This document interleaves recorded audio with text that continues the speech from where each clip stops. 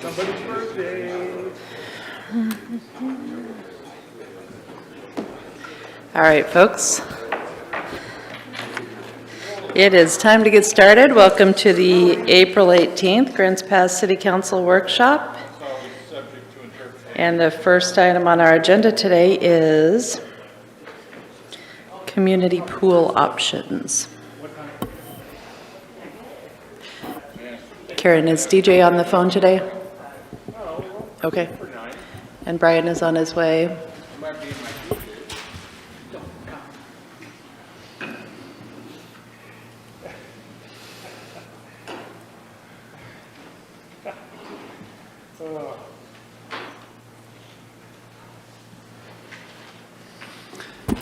Okay, good morning. So community pool design and rebuild options. I'm going to walk you through some material that is new, some material that you've heard before, and then just try to maybe lay out for the council a couple of alternatives on where you can go next with this discussion. Relationship to council goals. Enhance community safety by ensuring city aquatic facilities are meeting minimum standards for public use, and then maintain, operate, and expand our infrastructure. So as the council is well aware, the existing pool facility is here at the northeast corner of Wharton and 9th, adjacent to the high school property. So that one parcel that's circled there is owned by the city, and that is our existing caveman pool. So at that site, a few statistics. It's a little less than an acre, 1.94, 40,900 square feet. That's the size of the city-owned parcel. It's zoned R16. It has 0 on-site parking spaces today on that 0.94. The pool size, about 243,000 gallons, and then the dimensions are there. And I know if you're a real aquatic person, you're going to say, why are you using feet? Because we deal in yards and meters. But we're slow. We're trying to catch up. The locker room that is there on the property, it's about 3,000 square feet in size. It has men's and women's side, 2 urinals in the men's, 2 water closets. 4 showers, 55 lockers, and on the women's side, there's 2 toilets, 4 showers, 67 lockers. So that's basically what the site consists of today. There's the kind of the shallow and the deep pool, and then that locker room, a little bit of open space for seating. So some conversation has occurred with the council in prior months about this property that is adjacent to the north side of the existing caveman pool. So this is part of a much larger parcel that's owned by Grants Pass School District number 7. And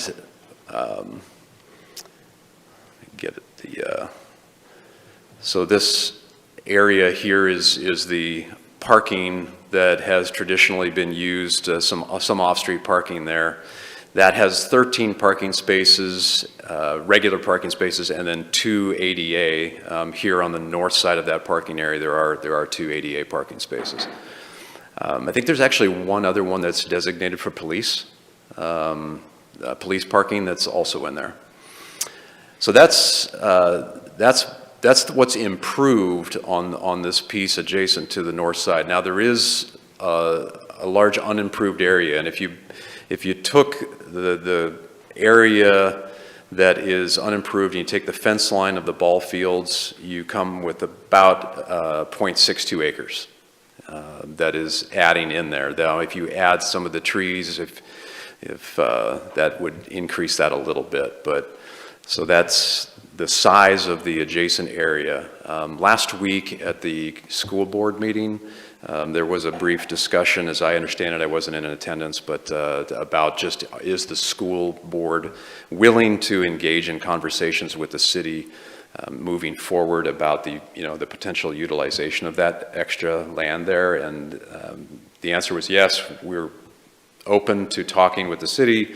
and parking would be, a high priority. So in terms of the zoning and parking requirements for a new public swimming pool, the land use classification in Article 12 of the Development Code classifies this as recreation, commercial, and then there's local impact and area impact. There's two different categories there. This would be the classification in the R16. Today, that if you were to come in and there was nothing on the site and you said, I want to build a new public community swimming pool, the answer would be no, you cannot, because the R16 zone doesn't allow for that. However, because that pool's been there for a long time, it's a legal, non-conforming use. That kicks you into Article 15, and that's where you begin the process of, well, since it's not an allowed use in that zone, what can you do there? It basically says you can do a 50% expansion of what's there today with a hearing before the Planning Commission. So that's what our code requires. A 50% expansion, just really rough. I mean, if you're 3,000 on the building, and we would probably look at this in two different ways. We would look at the building and say it's 3,000 square feet, so 50% expansion, 1,500, so you could get up to a 4,500 square foot building. On the pool, looking at about 5,500 square feet, that would get you up to about an 8,300 square foot pool. So that's the existing allowed uses under today's zoning that would require a Type 3 hearing. In terms of parking, the Development Code doesn't give much guidance here, so we have to basically use industry standards to say, okay, well, how many parking spaces, if you were to demolish the existing pool, construct a new facility, what would the required parking spaces be for that? In looking at several other jurisdictions, this one parking space for every 100 square feet of pool area is fairly common. Again, a lot of this depends on what is the intended use. If the primary use is swim meets and lots of more of a competitive type pool nature, that may change that. If we're really oriented towards a public with some, the therapy side of it, using the shallow end for more, open for senior use, then you're going to change that number. But at the end of the day, that 4,000 square foot pool would require about 40 parking spaces. And as I mentioned earlier, today we have 15 on that school site. There's also landscaping requirements that would kick in for an expansion. So what did the pool review team require or recommend? And here's the prioritized list, just to remind you of what the Caveman Pool Review Team recommended to you as the council. Increasing the size for the main lap pool was their first recommended priority, and then exercising water walking area in the shallow pool is number 2, diving boards, water slide, and then continues on. So to date, as you know, we have a recommendation to to keep the pool where it is and then integrate potentially these recommendations. So talking to a couple of other jurisdictions, Lake Oswego primarily, who have recently gone through an aquatic center upgrade, and looking at what they did for an RFP process. A lot of this will depend on the conversation, the outcome today, and sort of where council wants to go. But if we were to assume a demolition of the existing pool basin as well as the building and basically start from scratch, under that assumption, here's just a rough idea of what we'd be looking at. Project scoping, refinement, You're working with our Parks Division, the Parks Advisory Committee, City Council over the next 3 to 5 months. That puts us into September to have a fairly refined idea of what we want to see come out of that. At that point, we would need to develop the detailed request for proposals in order to go out to solicit firms so that they can begin the design work and the engineering to give us an accurate number to work with in terms of cost. We are not able to come up with an accurate number until we actually have, some preliminary engineering work done and looking at parking and landscaping and the other amenities that we're talking about. So just developing that RFP is probably just about a month, and then you advertise and select. Public Works has been doing that on behalf of community development, typically around 2 months or so to advertise. And then the architectural plans and engineering, that's going to be the selected firm to actually do the analysis to come up maybe another 6 to 8 months, puts us into July, August, and then we would need to prepare and advertise and then award the actual bid to do the work. Once we have that, those final plans nailed down, probably another 3 months, and then construction is, of course, unknown at this point because that is highly dependent on what we come up with. This is just general information. You may have already been aware of Medford's Aquatic Center. It's probably really not even a fair comparison because it's a 140,000 square foot facility, but they did have a lot of firms. They had 16 different firms that responded to their RFP. Lake Oswego, I think, had about 10. And a lot of these are in the Northwest. Two of them that responded to the Lake Oswego one are actually in Eugene. So these are firms that specialize in aquatic facilities.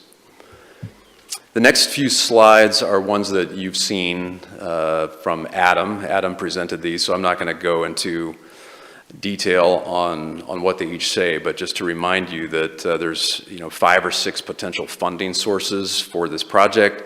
The Urban Renewal Agency currently has the $5 million figure in it. American Rescue Plan Act, you're still working through that, including later today's agenda.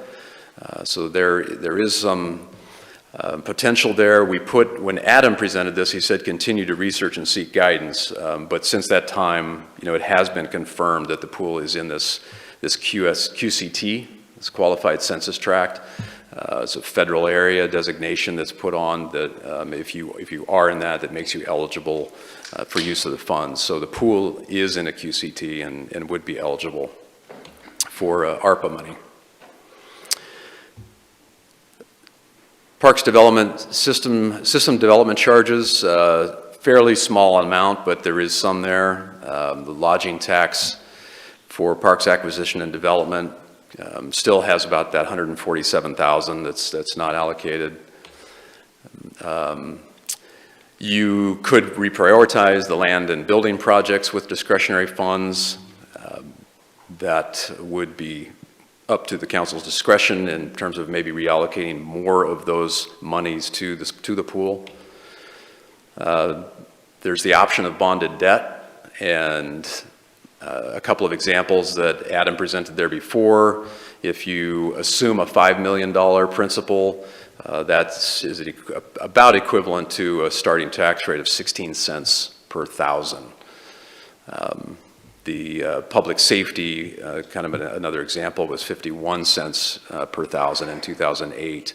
So that kind of gives you a sense for what that, if you did a bond, what the taxpayers would be looking at for an additional burden on their bills. We have not explored to date much in the way of grant funding other than a brief phone call with the state, which there is some money. It's pretty competitive at the state level. It's still kind of unknown about the level of money through grants through private foundations or other federal options.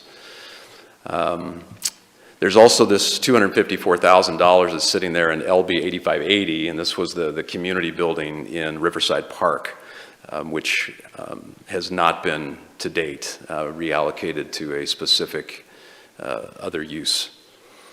And then we do have LB 6393 in Community Development's budget, which has Restore, Replace Caveman Pool, and that currently has $280,000 in it.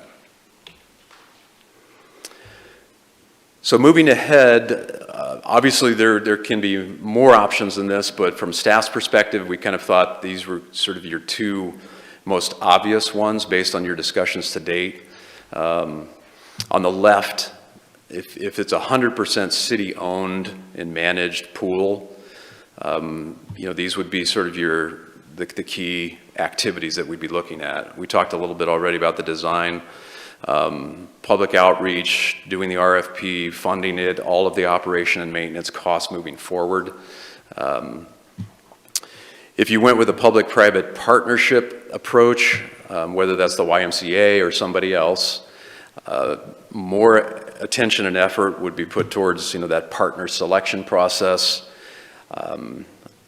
sort of gauging what is the public interest here, and as the city in a public-private partnership, you always need to be thinking about, okay, well, how is the public interest being served through this partnership, and ensuring that any agreements, memorandum of understandings are all addressing what those public interests are.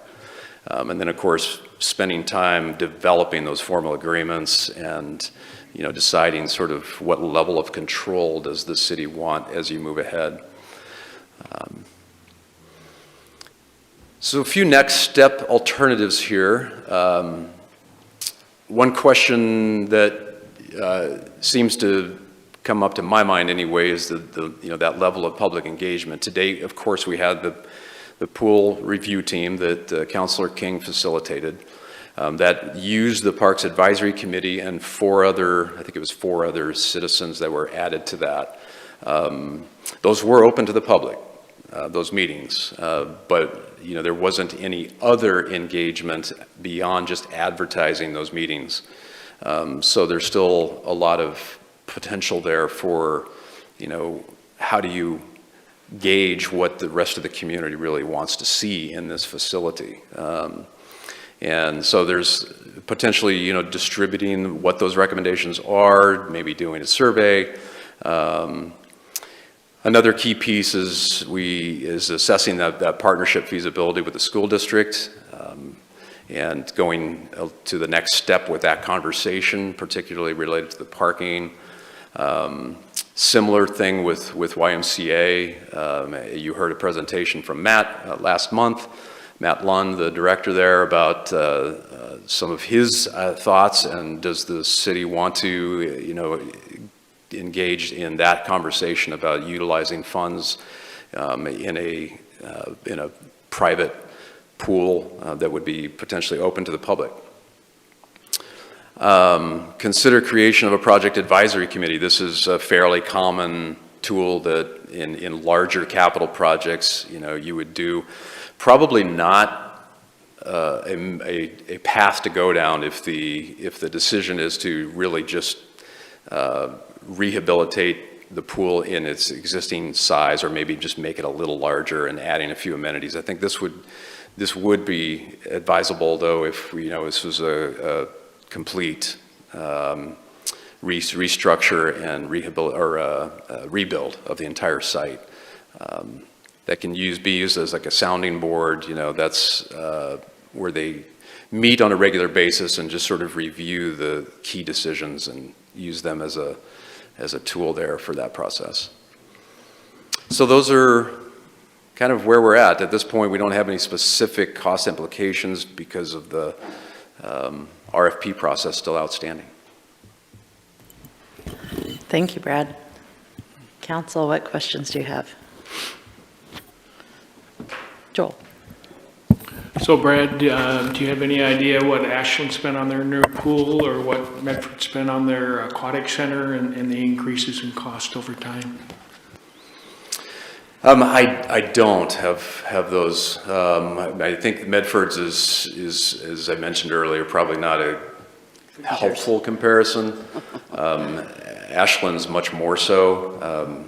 I had one voicemail and an email out there to Michael Black, the director, to just kind of get those solid numbers, but I don't have that. It was about approximately $5 million, and I think Medford, well, that was definitely over 15, and they've had several cost increases since then that they had to get more money for. But that was several years ago. Right. Rob?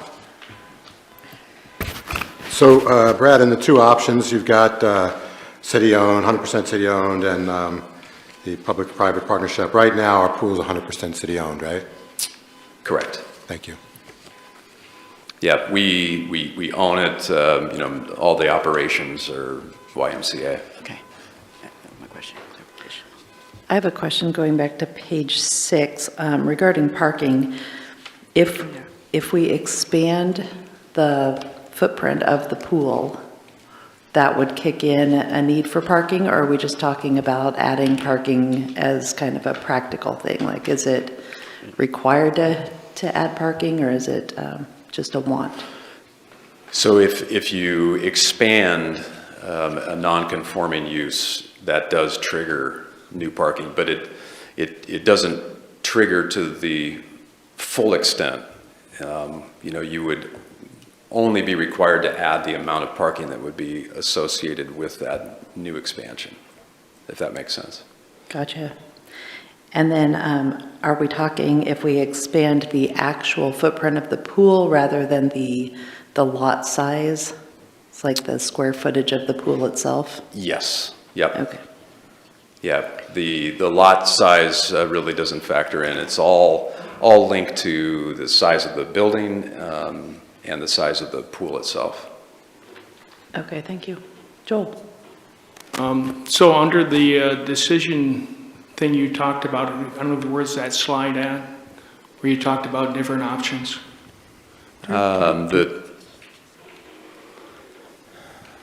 This one? Yeah. So a lot of conflicts are with one or the other in a bimodal mode. And then people get really entrenched in their positions and the conflict intensifies. What the Parks Committee or the Pool Committee talked about was doing both. And one in the future and one now, and the Caveman Pool was now. As I look at doing both, as our city grows, there's great examples associated with affordable housing. Are you familiar with those? I'm familiar with some other projects where they have sort of a mixed-use approach to the rec facility as well as integrating the affordable housing in, a little bit. So one of the things, like in Colorado Springs, they had a Y on the base or on the ground floor, and then they had 15 stories above it of affordable housing. And all it took was some tax incentives and some land, and it was done with daycare, with so my question would be, I don't think we have to do a bimodal decision today. I think we can probably do both. Valerie, then Rick, then Rob. Yeah, I have some questions on the parking, because I know one of the things, and because obviously Caveman Pool has been there for a long time, and they've had a lot of swim meets, and they've done a lot of things, but because swim meets are usually on the weekend, as the swimming, and you have that huge high school parking lot, it seems to me that should be somewhat factored in, because we're normally going to do a swim meet in the middle of a school week. So is that something that can be considered? Because to me, that just makes common sense that you've got all that high school parking all around there that is not utilized at the time that the pool would be. No, that's a good point, Counselor. And we do have some options in Article 25, which governs all the parking in the city and how that's regulated to do shared parking, for example. Like in the commercial parking section, if your parking is no more than 500 feet from the main entrance and you show a written agreement between the two parties, you know, you can accomplish your parking requirements, you know, through that. It does take some some work to make sure that all of the alternatives have been thought through, and that the agreements between, for example, in this case, the school and the city have been thought through in terms of the times of year, so that if there's any overlap with the school being in session and when the pool would be open, how are you dealing with that? Are you dealing with shuttle buses? Are you dealing with, other on-street parking? What would be the impacts? But yeah, there's what I put here would just be what would be required if it was a new community pool and you were doing all of the requirements for that pool on the property. Okay. But there are some other options to explore. Okay. Bike paths would be good too, from that, since a lot of people could ride their bike to the pool. I do have a question too. I'm always confused as to I think Ashland used feet and meters in their measurement. They had the 25, what did they say? Their requirement was that our building was a 25 feet by 25 meter? I don't know. It was 25 yards by 25 meters. Is it? Okay, yeah, that's what it is, yards, by yards and meters. Does anybody know what is required for a meet-sized pool? I don't know. I'm going to assume that was factored in. Well, I'm no expert in it, but there was an expert, the swimming coach was part of the pool committee. And when they come up with doing both, she was very supportive of the aquatic center because it was much more for the younger people of the community. But that's where those dimensions came from, was from her. So, I don't know. The ones that they factored in as needing came from her, is that what you're saying? Yeah, Okay, yeah. thank you, that's what I needed to know, thank you. Rick, then Rob. Brad, I have some more technical pool questions, and I didn't know if Matt Lund will be available later in our conversation. I don't think we're expecting, Matt, are we? Oh, I'm sorry. I didn't even look over here. I'm sorry, Matt. Will we have an opportunity later to ask questions on? Hey, No, Rick. it's completely up Rick, look who runs the meeting. We can. I guess I would ask you, whether that's, we're talking kind of big picture here about placement of a pool and partnership. And so, specific details about how big a pool might not be relevant today. But if you have something that's you're dying to ask today, you can ask it. Now. Okay, Matt, I know you have a history. Do you want to come to the mic? So you've been with the Y for ballpark answers, 10, 20 years? 14 years with the Y. 14 years. Mm-hmm.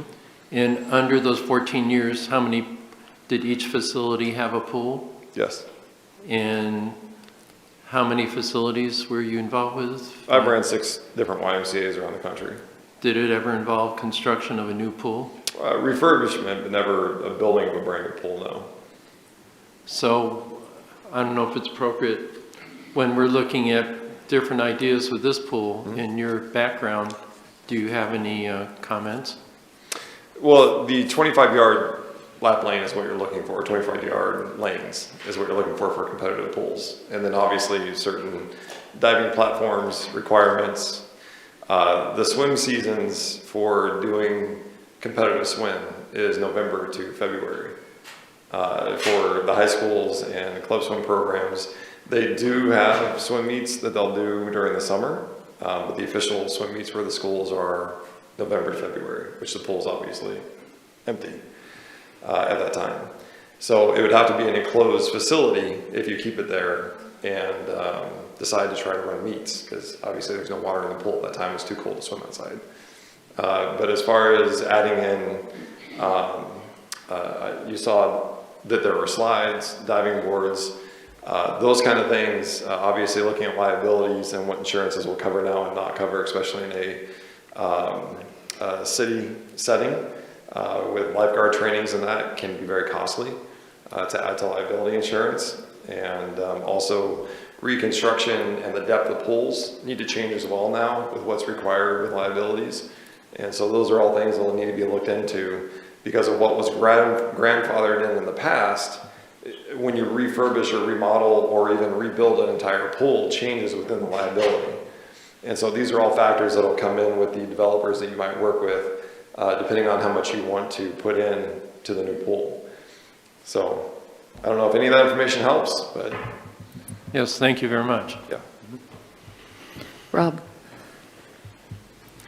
Brad, can you go over again, you talked about, because we had a non-conforming use prior there, you could have a 50% increase size of the building, 50% increase in size of the pool. Could you go over that part again? Sure. Yeah, let me get back there. And this is all driven by Article 12 and Article 15. So the example that I gave on this third bullet here, a new recreation commercial use requires interpretation under Article 15. So the wording there is you can do a maximum 50% one-time expansion and continue your non-conforming use. If you do more than that, you can't continue the non-conforming use. You would have to make it a conforming use, which would in this case mean rezoning or changing the code to otherwise allow it. Because today the code doesn't allow a new swimming pool at that location, but you can expand what's there. And now what I had mentioned was expanding the structure by 50% and then expanding the pool by 50%. And then you could keep it there through the public hearing process. Sure. Yeah. Okay. Yeah, I know I have 7 friends here who actually could potentially change that ordinance, but yeah, we could modify it if we had to, possible. But, so now you would potentially, that means the pool could be 50% larger than the existing pool, the locker room could be 50% larger than the existing locker room, and I guess then and then the smaller pool, the exercise, whatever, that Right. could also be 50%. So everything there could be expanded. Each one of those pieces could be 50% bigger than it is now without triggering any new confirmation issues. Is that right? Right. Thank you. Are there other questions? No? All right.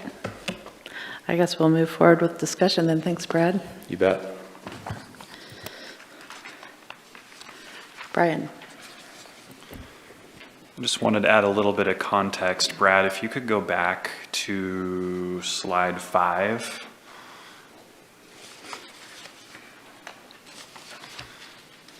It's the satellite view. Yep, that'll work, yeah. So the school district is willing to partner with the city on that open area, and there's the potential to fit up to 80 parking spaces in there, which is well above what the pool would require or probably need. So I would envision maybe the school would also like some additional parking. So a portion could be for the school district, a portion could be for the pool. And if there's stormwater requirements, I'm sure there's probably enough room to put those on site as well. And then just with regards to how our site compares to the Ashland outdoor pool, their site is a similar footprint. Our site is, I think, 0.91 or 0.92, and their site is basically the exact same size. Except our site doesn't take into account that piece of grass off to the right, which is technically owned by the school district, but for all intents and purposes, it's been used by the pool forever. So when you add that to the site, our site's actually about 1.16 acres. So it's about 20% bigger than the Ashland site that they're currently doing a remodel on. And I think they're still in process on that remodel. I think they're kind of in the middle of it right now. The initial cost estimate was, I believe, 4.3 million. And as Joel said, it's now up, over 5. So, I would assume that for the scope of this project, we're probably going to be looking at, 5 to 7 million if I'm being realistic. Brian, does that include the roof down in Ashland? I don't think it does. No, the Ashland pool, it's a very similar scope to this. They're ripping out the old stuff and they're building a whole new pool. No roof. The one interesting thing, though, is that they are planning to have that outdoor pool be open year-round. And they're going to heat it in the winter, and it's going to be a year-round outdoor pool, which kind of surprised me, and is probably fairly expensive to do. However, hearing that they're doing that gives me hope that we could certainly run our pool for more than just 3 months of the year. Running it in the winter would be pretty costly, but we could certainly run it spring, summer, and fall, and get those shoulder seasons in there and get a lot more use out of the pool for the community. Rob? Just to add to that, just a couple years ago, my grandson swam the swim team at Churchill High School, an outdoor pool, and they actually had meets there, and they practiced all winter outdoors at Churchill in Eugene. Kurt? So just to ask, the school district is willing to give us that land if we pave it and provide parking spots that they can use year-round? Is that what I'm hearing? Well, I don't speak for the board, but what I would say is that the board would probably be willing to consider some sort of agreement to dedicate a number of those spaces to the pool.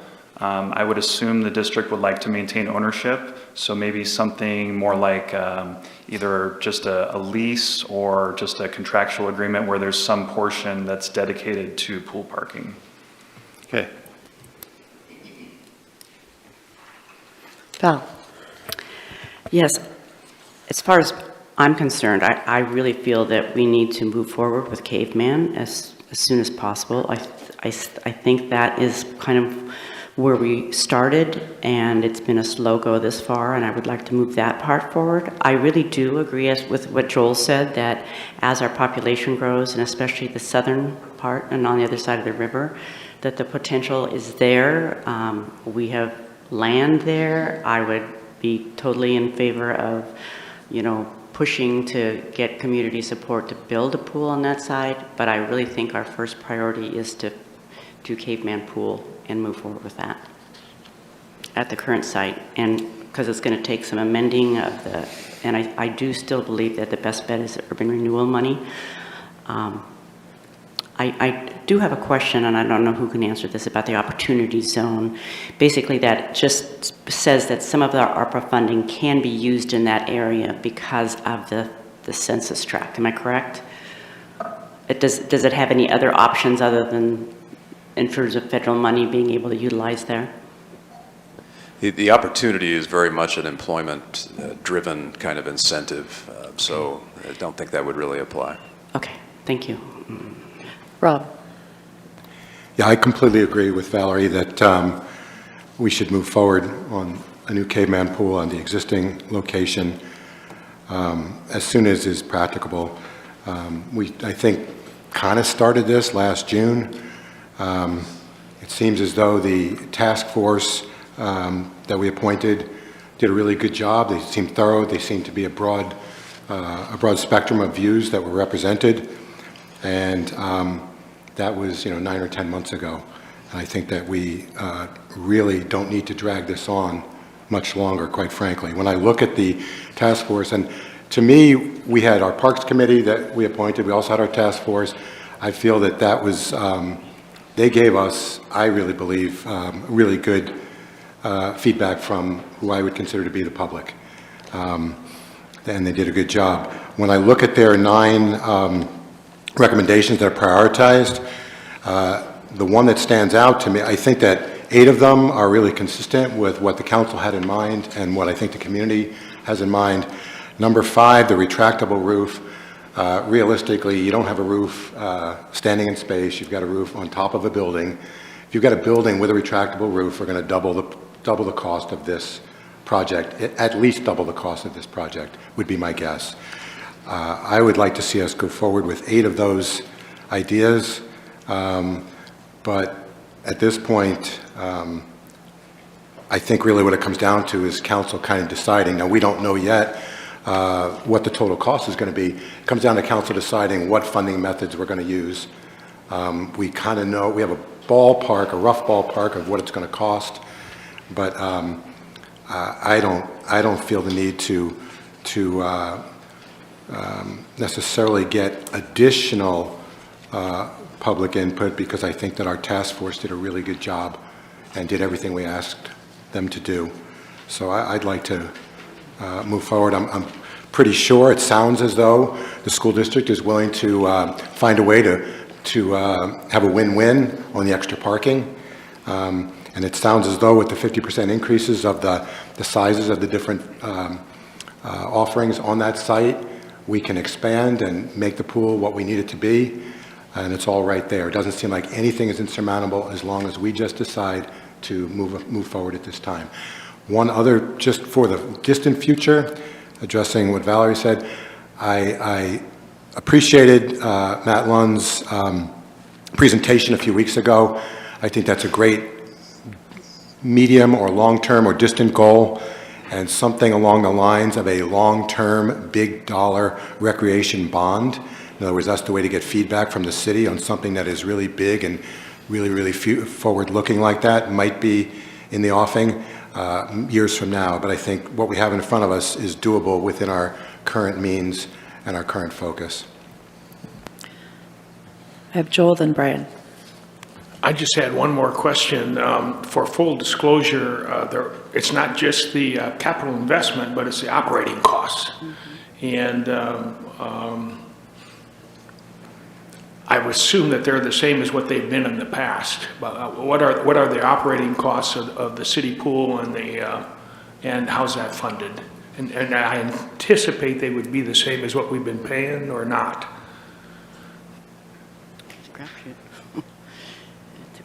Mayor, are you willing to have, we got reps from the YMCA, they're the ones who operate and know the costs best. That's fine.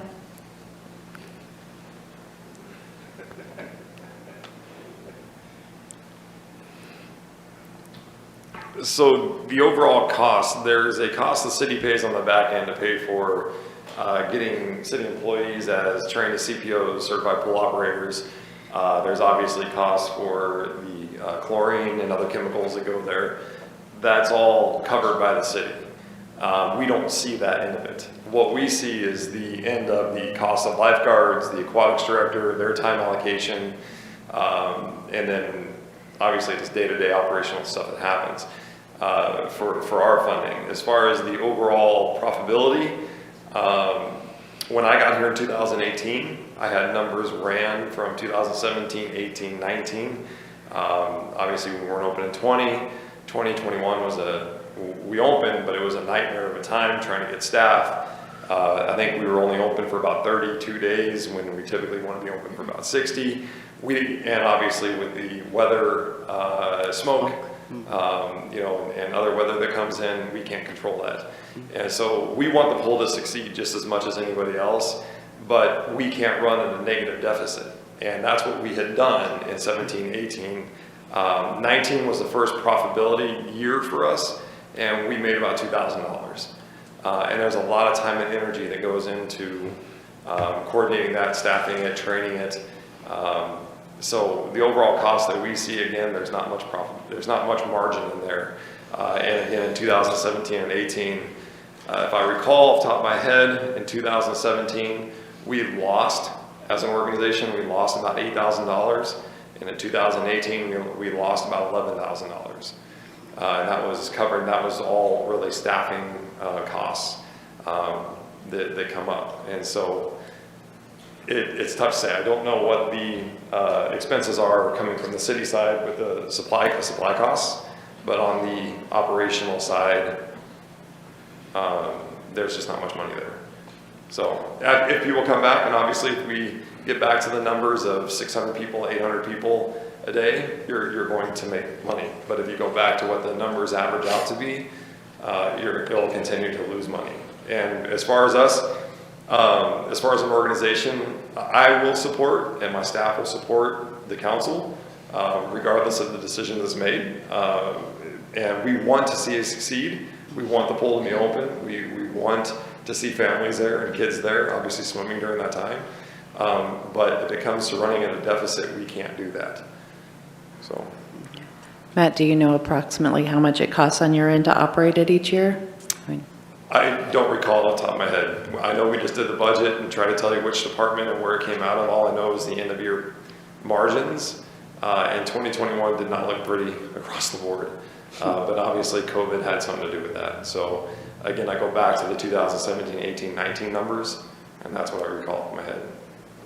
But I can't get you, maybe I sent the 2021 full numbers. I believe I sent that over, but I can go through them again if you like. If you need them, anything, if Aaron reaches out, I can support and give to you, I will. Thank you. From the city side, if I could, Mayor, we have a budget in the aquatic side of $120,000. And as Matt referenced, we have now 2 certified pool operators, CPOs, so that involves them going out there. A lot of that does depend on chemicals and the cost of chemicals. You know, we had a kind of a tight period last year, kind of wondering if we were even going to be able to get them. At this point, we do have some in inventory that we'll be able to, you know, have this season covered, no problem. You know, depending on what happens with supply chain and everything else, we don't know for the 23 season. But that's about what it is for us for staffing, supplies, chemicals, those kinds of things. Thank you. Any other questions, Joel? Nope. Brian, then Vanessa. I would just add on the cost piece with regards to the energy use. I would assume that, you know, if we're going to have a bigger pool, we're going to have more water to heat. So that cost will either come through, you know, the natural gas bill, or there's an opportunity to have solar thermal on site to offset those increases. Yes, yeah, and that's another point is the grant funding is unknown, but I think there's a big opportunity to have part of this project funded through grants, either at the state or the federal level. I also think that our community has supported, it's been big enough to support Caveman Pool and the YMCA for decades. So I agree, I don't think it's like one or the other. I think our community, you know, it's only growing, so we certainly have the people to support an outdoor pool in its current location and at some point in the future a new YMCA. So I would be in favor of moving this forward. I know we kind of already gave direction in January to do so, so I guess we're reaffirming that today. And I would just say that, you know, I really want staff to make this a priority because the timeline we're looking at is pretty long, and we've already known this needs to be done for a couple years now. So whatever we have to do to expedite this from a staff level, I'd be happy to do that. Thanks. Vanessa. Yeah, you essentially just stated everything I was going to say as well. I'd like the council to move forward with annexing this property into the Urban Renewal Agency. It was mentioned, the solar thermal was mentioned, and I just wanted to throw out that actually Hood River County Parks and Recreation District has the largest grant-funded solar water system for their city pool, so it is a possibility. Anybody else? Brian?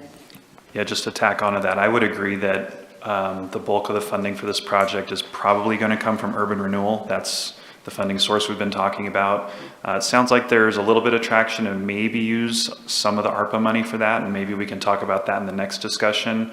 And then there's also the opportunity for the grants, which could take some of the burden off of urban renewal if we're able to get them. Rob?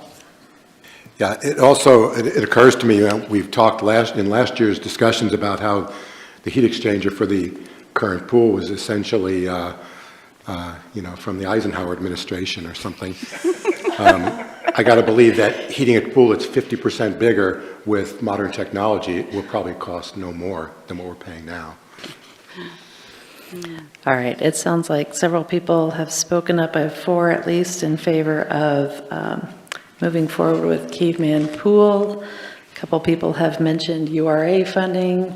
Nobody's objected.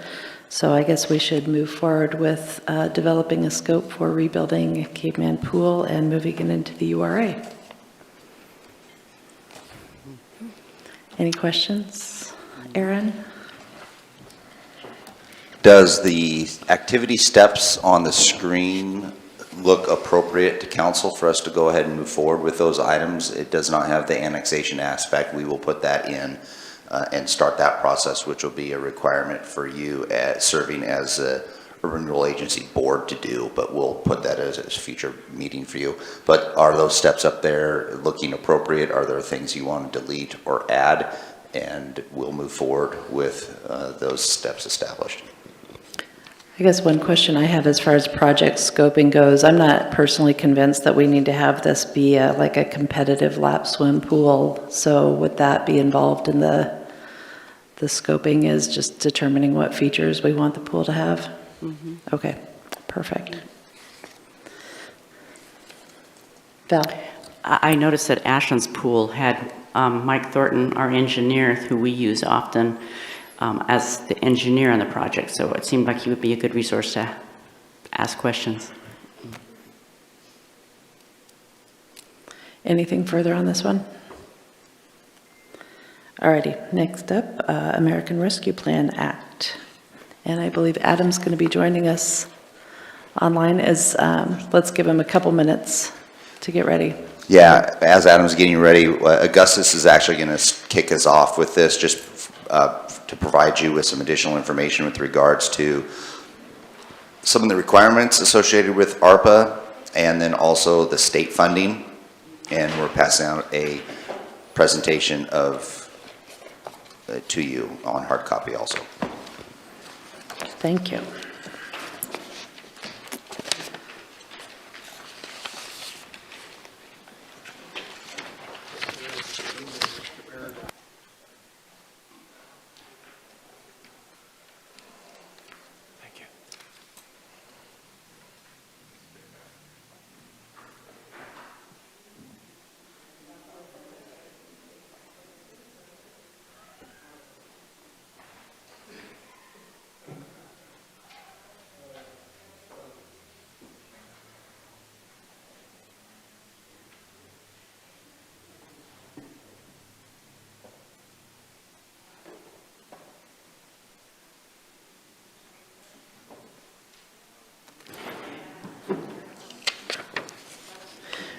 Whenever you're ready, Augustus.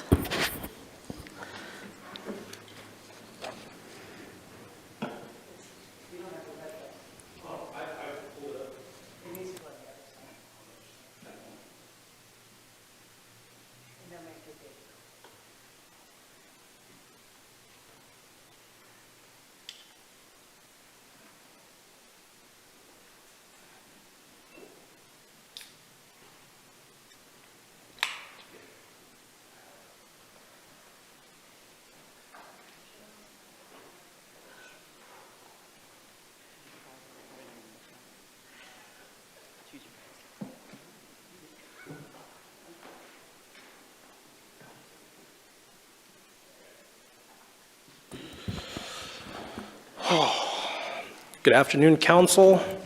So this is a kind of a follow-up from last week's discussion about ARPA funds for real property and services for an urban campground. So these are the authorities, Section 603 of the Social Security Act, which is the provision for ARPA. Code of Federal Regulations and the interim final rule for implementation. So when it comes to purchasing real estate with ARPA funds, there are federal requirements for the disposition of real estate and requirements to put real property, equipment, anything that's a capital improvement into a property trust. And so kind of following up on our discussion last week, we were talking about potential liability and really the steps that we need to follow to make sure that the ARPA funding is above board with the federal government.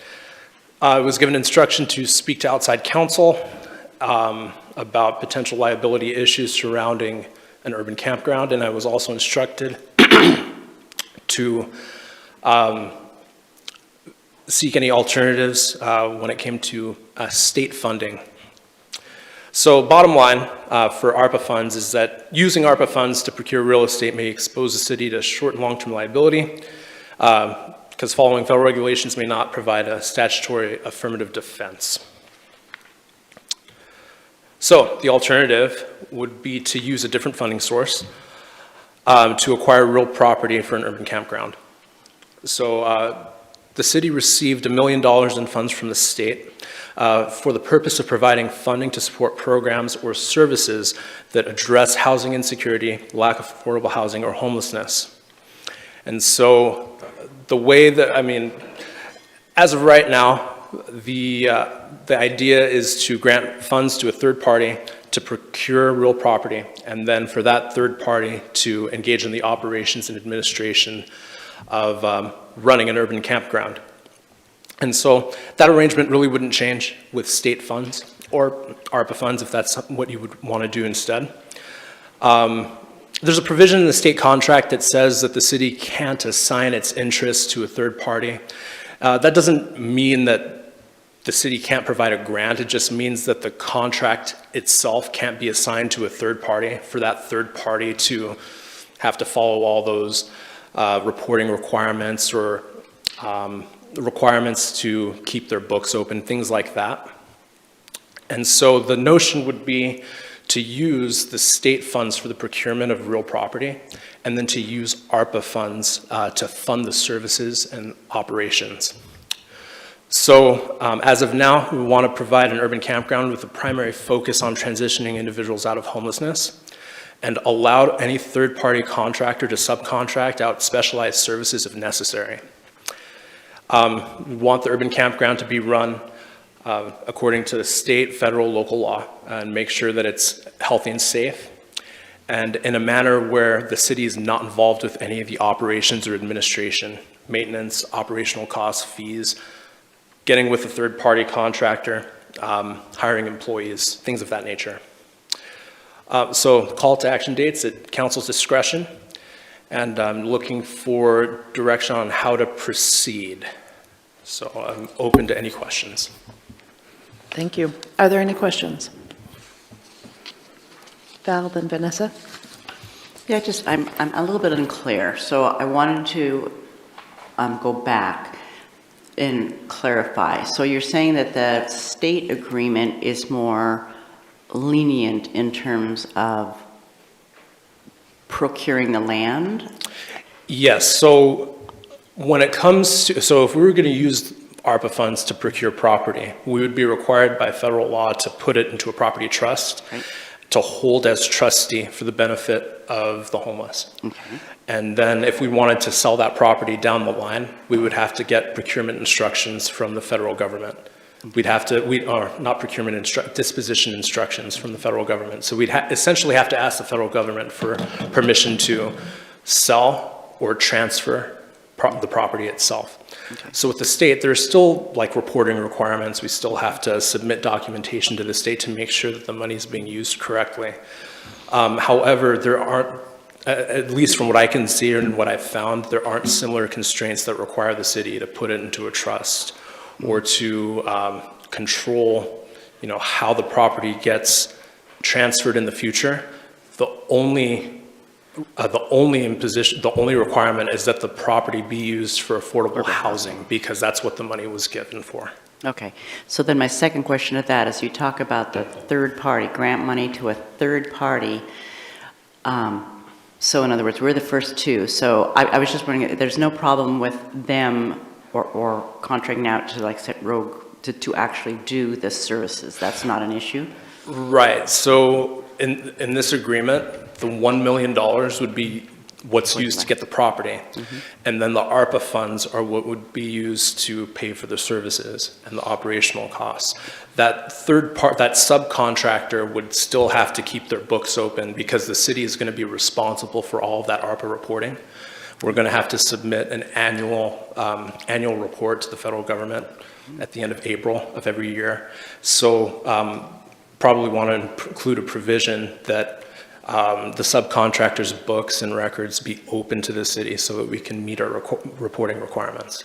Okay, so, and then my last question goes, the city will not be involved with any operations or administration of the urban campground. So that includes maintenance, operational costs. So And that's kind of unclear when you were just saying that in a sense that Right. the ARPA money will be used for their operation of, so can I get clarity there? Yeah, so the city is essentially a pass-through for this ARPA money, right? So it's not coming, the money, we're not using city funds from the general fund to pay these operational expenses, right?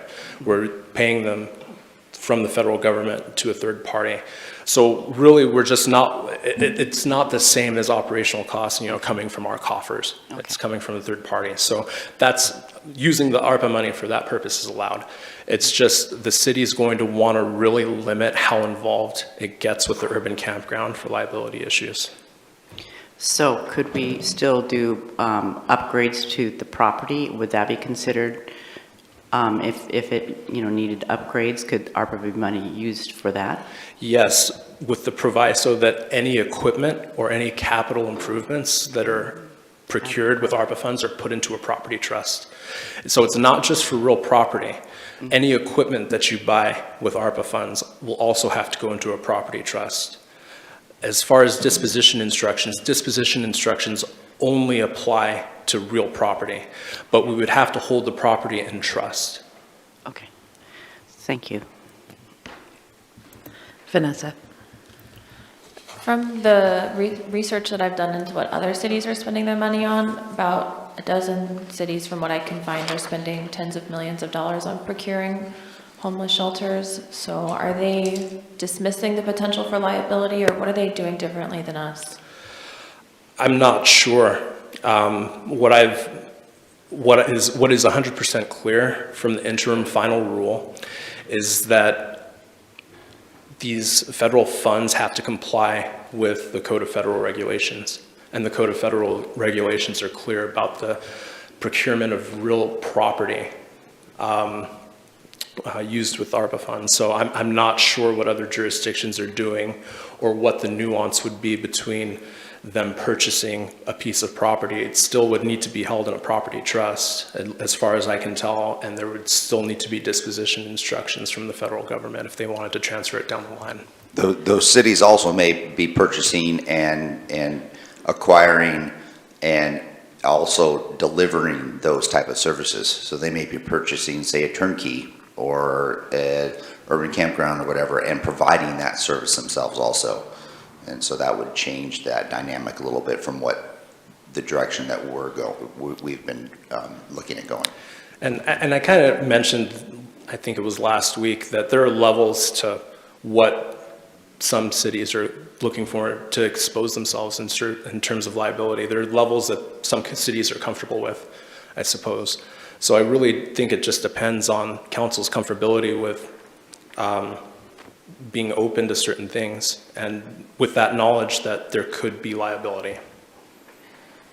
But it's Thank the you. nature of the third party that's kind of adding the twist, I think.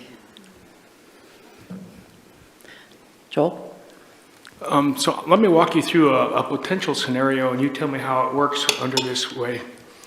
We have two nonprofits, Rogue Retreat and the Gospel Rescue Mission. One is low barrier, one's high barrier.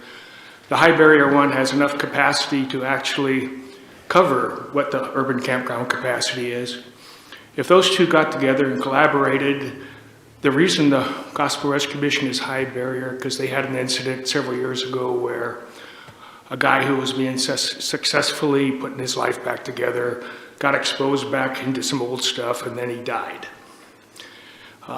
from a drug overdose. If those two nonprofits got together next week and all of a sudden Gospel Rescue Mission and Rogue Retreat decided to work together and have a low barrier with that capacity being used for that, we double the money from $1 million to $2 million to cover that transition and to provide mental illness facilities and drug rehabilitation facilities first rate for our community. How would that work if they walked in next week and do that? Well, if they walked in next week and wanted to do something like that, you could use ARPA funds to fund those services. And so they would be taking care of the day-to-day operations. The city wouldn't be involved with the administration, hiring and retaining employees, things like that. That would be for the Gospel Rescue Mission and Rogue Retreat. In your example, that would be their responsibility.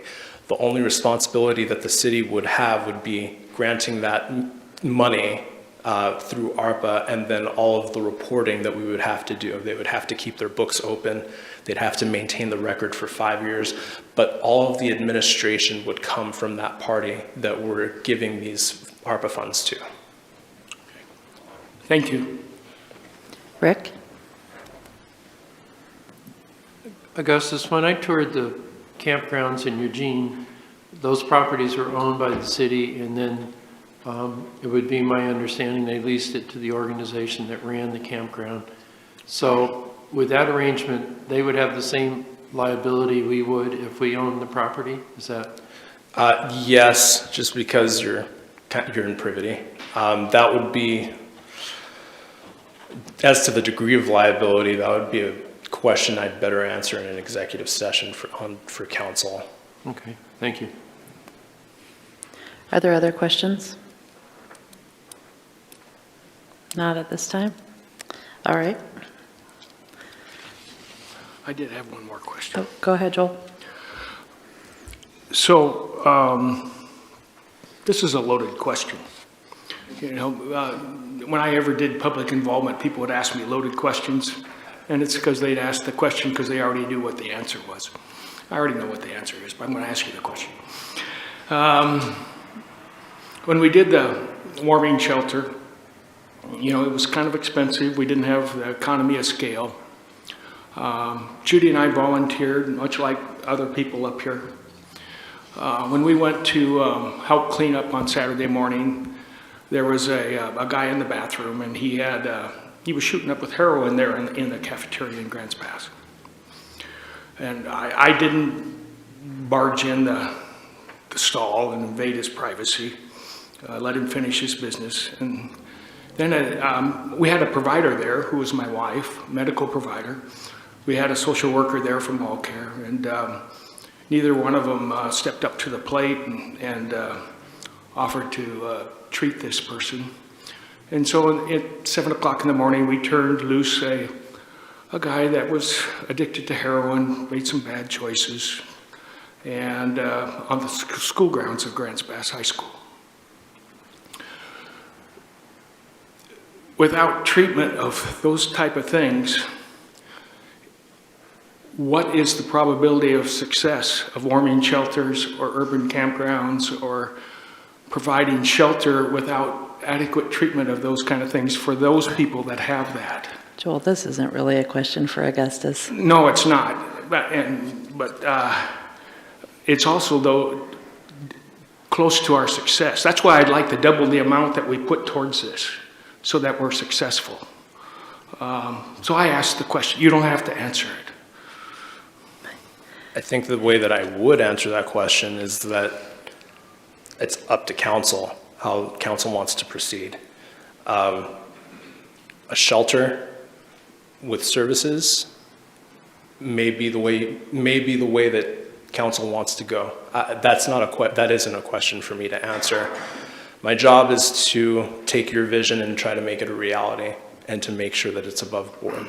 So whatever council decides, however council decides it wants to move forward, I will work to make it. I'll work to make it happen. That's how I would answer that. Okay, thank you. All right, any other questions? All right, I think we've already started to move on to discussion here, but we need to address the question of facility and whether or not we're going to purchase a facility or provide grant funds before we can even begin to address the level of service issue and whether we want to get involved with funding services.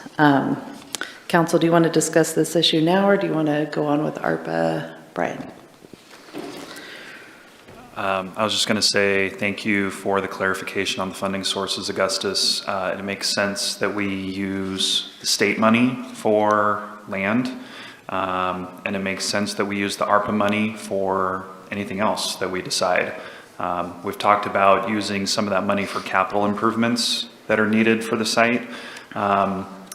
But if I recall correctly, there's not much appetite on council for anything involving operational expenses. I thought it was pretty clear that we weren't going to get into that piece. So I would advocate for us using the state funding for the site and, you know, whatever 200,000, whatever it needs to be of ARPA money to work with All Care to get the basic site prep done so they can get operational. Val? I would agree with Brian. I just have a question I mean, it seems kind of strange to me if we put ARPA, if we decide we need to put cement or not cement, but pavement down, because how do you put pavement into a trust? I mean, that's just kind of one of those crazy things that I'm just kind of asking the crazy question. So I think that it would be a matter of interpretation. Is pavement equipment? I mean, it's one of those things that we'd kind of have to suss out. Okay, thank you. Like I said, I was thinking, you know, anything that you did to it would have to be the trust, but yeah, Right. That doesn't make sense. But I can understand equipment. Okay, I would agree with Brian. I would, you know, it's my tendency right now to want to use the state funding as a grant for the location, and then afterwards talk more in terms of ARPA for improvements. Okay. Would you interpret, Augustus, that if council was to provide a grant out of ARPA funds for some sort of construction on the site, perhaps construction of a bathroom, that would be different than purchasing, let's say, one of those portable shower trucks that would be deemed as equipment? That's kind of a hard question to answer right now. Okay, on the spot, sure. I will look into that because I understand the thrust of that question. I'll look into it. I'm not sure, if I were to give you an answer now, I'm not sure that there's a distinction. Okay, thank you. All right, well, we've heard two people speak up in favor of using the state grant funds for land to pass through for our grant. Council, are you okay with staff drafting that up in terms of building out this potential contract for how to purchase the funds? Yes. Joel? The only thing I'm struggling with is, would it be better if the city took some additional risk, bought the land themselves, and dealt directly with Rogue Retreat, and cut out the middleman? I know it takes added risk. I mean, and All Care will do a fine job. I don't doubt that. But the thing is, it would be an investment, and in the future, we could then have control of that when the urban campground, hopefully at some point in time, is no longer needed. But All Care could do the same. So That's the only question I have. So if I'm understanding your question correctly, are you asking is if there's more liability if we were to purchase the property ourselves and then to allow to keep title and then yes, there would be more. I was just going to say in response to that, another thing is our staff is very limited in their ability to do things. And I think right now All Care is right on it. So I trust their ability at this point in time, capacity-wise, more than I trust our own staff.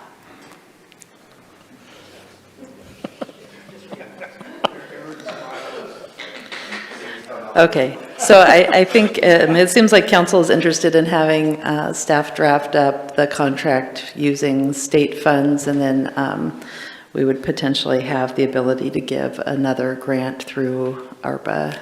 Yeah, so this would probably be done in two separate agreements. Yep. So the agreement to procure a piece of property using the state grants, and then a separate services agreement for the administration of an urban campground. You know, with services kind of makes me think operational funds, which has never been a part of this discussion.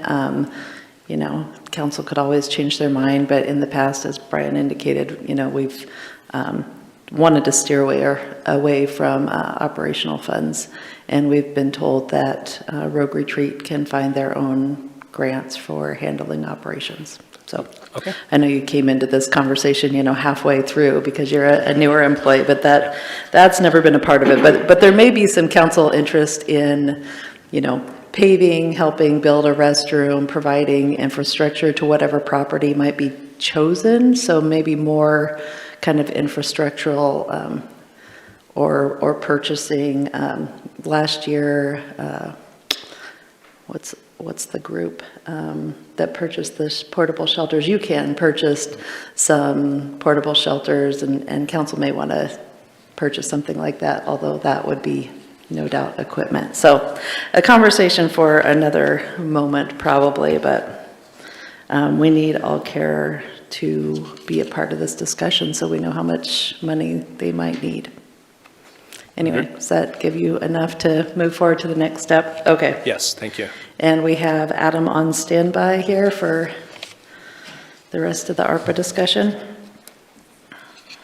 Yes, good afternoon, Mayor and Council. This is Adam. I have shared my screen, so it might take a second for staff there in the room to get that pulled up. We are working on it. Okay. You're on, Adam. I got it up. Thank you, Aaron. And Mayor and Council, I just have two small updates to share with you this morning, both of which came to me this morning. First of all, I was able to get the prioritization from Councilor Pell, which I have now incorporated into the spreadsheet that you see on the screen. And then you may have also noticed the yellow highlighted cell, which is for the emergency response water trailer. Just wanted to share with council that the current water trailer that we have cost $126,000, which was several years ago, however, and that another emergency response trailer would likely cost somewhere between $150,000 and $200,000. So just wanted to give you those two updates, in which case I can turn it back over to you for discussion and prioritization. Sounds good. Let's start with the item that go ahead, Brian. Yeah, sorry. For whatever reason, I have Councilor Collins's recommended allocations that are not up there, so I was just going to read those off with his consent. Is that okay, Kurt? All right, let's fill in the blanks there, Adam, on Councilor Collins's column. Okay, for the first three columns there, affordable housing, UGB infrastructure, and purchasing land, he has 1 million, 1 million, 2 million.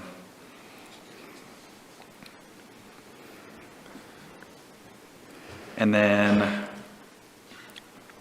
you might have put this on the wrong line, but under Portland Loo, you have $1,200. That may have been for portable toilets, because that's not enough for a loo. But on here, he has it under Portland Loo, $1,200. He also has portable parklets, $50,000. Swimming pool, $500,000. Tourism drivers, $500,000. And then he has a new category that is G Street Plaza development. And he has 1294462. Thanks.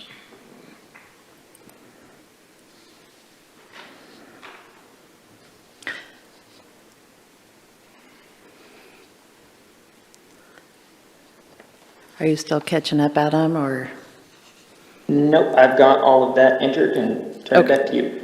Okay, so I, again, can't really see your screen that well, but I think I have under UGB infrastructure, 7 counselors supporting.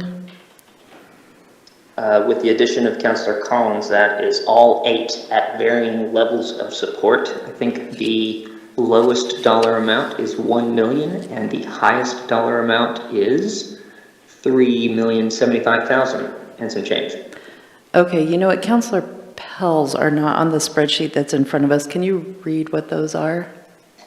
Yes, and I got Councilor Pell's added this morning, so that's why it's not on the sheet that you're seeing.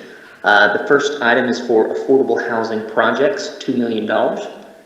UGB infrastructure, $1 million. Purchase land for affordable housing projects, $1 million. portable parklets, $10,000. The swimming pool, $1.5 million. A percentage toward downtown Welcome Center restrooms, $250,000. The emergency response water trailer, $100,000. And capital improvements to urban campground site, $300,000. Thank you. Okay, back to UGB. So we have all 8 counselors supporting that to one degree or another, but we have amounts ranging from 1 million to 3 million. So I guess I would want the group to find some sort of consensus on that. I'm showing 3 people at about 3 million and 4 people at approximately 1 million, is that right? 5 at approximately 1 million. 2? We got Valerie with her hand up. I have a question. Okay. Yeah, my question is, and this, I just want clarification on this. So the money needs to be not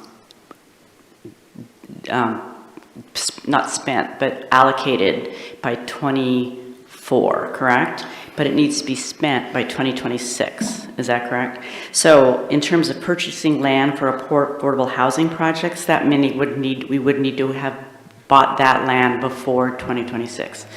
I'm just going to say, I mean, I like the idea of a land bank, but in reading everything I've read about land banks, we have a land bank. We currently have a land bank right now because we have money that we have purchased that's sitting out there that can be developed. But the joy of a land bank is that you buy it over a long period of time and you wait for land that is blighted or whatever to come along, so you get a great deal. What scares me is saying, well, we're going to spend, $3 million or whatever on land, but we've got to purchase it by 2026. What's that basically right now with the cost of land is just off the chart. So you're not doing any favors other than you're spending city land on high-priced, city money on high-priced land. And to me, I think it's a better bet to put in infrastructure than it is to pay a high price for land. And so I think we're looking at the same thing. I think that we're really looking at the fact that yes, and I don't disagree with having a land bank, but I do know that we have a land bank that's part of the land when we had the PAVE committee go forward and look at city land and say, okay, what do we have that we have purchased since 2000? I mean, it's been that long that over time. And of course, Allenwood is one of those, which we're looking at. And there's another piece off of F Street, which is also land that I would like to bring forward and consider bringing forward. But both of those were bought a long time ago at a decent price that you bring forward. So using ARPA funds for that and having to go out at a high price to buy land doesn't make a lot of sense to me. And so I'm just going to put that forward. Vanessa. I find it rather peculiar that Public Works comes to us with a recommendation and council heeds it. Our attorney comes to us with a recommendation and council heeds it. But when our housing and neighborhood specialist comes forward with a recommendation to acquire land, it falls on deaf ears. I'm not understanding that logic. And the only way that we know Ramsey, Nebraska project is possible is because of the city owning that property and selling it to that developer at a reduced rate, which is something that can be continued through a land bank program. Valerie. I'm not disagreeing with that. I'm just saying when you have a limited amount of time to go out and buy the land, then you're not going to get the best price for it. That's my point. I agree with the land bank. We have a land bank. I think we need to continue with the land bank idea. But if you read about land banks, they're for donations of land and for long periods of time where you're getting good deals on land and you're putting it away. And I am not sure that the ARPA funding will actually allow us to do that. So I'm not opposed to land banking at all, but I think land banking is a long-range goal that you start with when you start finding property that is, the city can buy for cheap for future building on. I think we may have some misunderstanding, I guess, of what different people have in mind for some of these things. And I know personally, in terms of just quickly jump-starting development and land banks, I was thinking more small infill projects. And there's a number of, small lots around town that may be vacant or have a property that needs to be torn down and started over. And they don't necessarily need a lot of infrastructure because they're already on a city street with a sidewalk and water service and things like that. So I know, Valerie, you're talking long-term, big chunks of land, and I think that's really different than what I have in mind. And perhaps other people here have, 8 different ideas too. Aaron. To help with that discussion, Councilor Lovis, I know we're looking at those 2 items. If staff was asked what would be a good number for the Jumpstart development line item, it would be at a minimum $1 million, but primarily we'd really prefer it to actually make a good difference in things. That it would be a $2 million number that you'd at least consider. So that might help in your deliberations. If we were asked, we would be putting probably $2 million in that category. UGB infrastructure. UGB infrastructure jumpstart development. So yeah, right now what we have is 5 counselors on that line with approximately $1 million. Somebody put 1.3, and then 3 counselors with about 3 million. So I guess, are those folks who put 1 million interested in coming up, or are the other folks interested in coming down? Brian, then Rick. Oh, I was just going to say I would be willing to reallocate 500,000 from the land bank line to the UGB line. And the land bank line being the one below it? The third line, yeah, the purchasing land. Right now I have 3 million in there. So make that, under De La Grange, make that a 2.5, and then the field above that, make that a 1.5.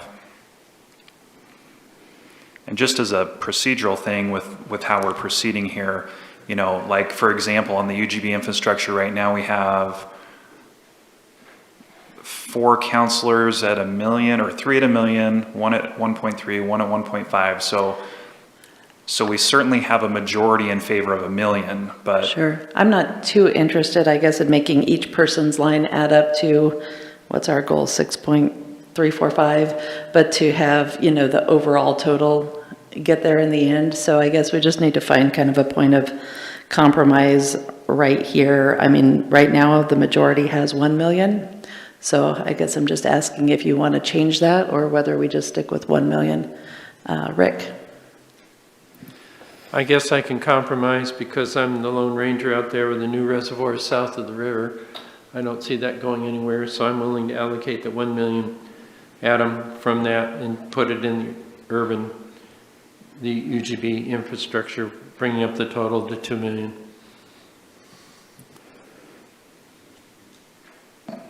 And I suppose also to respond to what the mayor said, and at least the way that this exercise worked when we did it with the general fund public safety funding gap is at this point we didn't necessarily fix everyone's allocations. The first round of entering the priorities was just to see which items had more support than others, and then at this point to identify, yes, X amount of dollars at a minimum to go toward this item. So like the mayor said, we don't necessarily need to make all of them balance perfectly.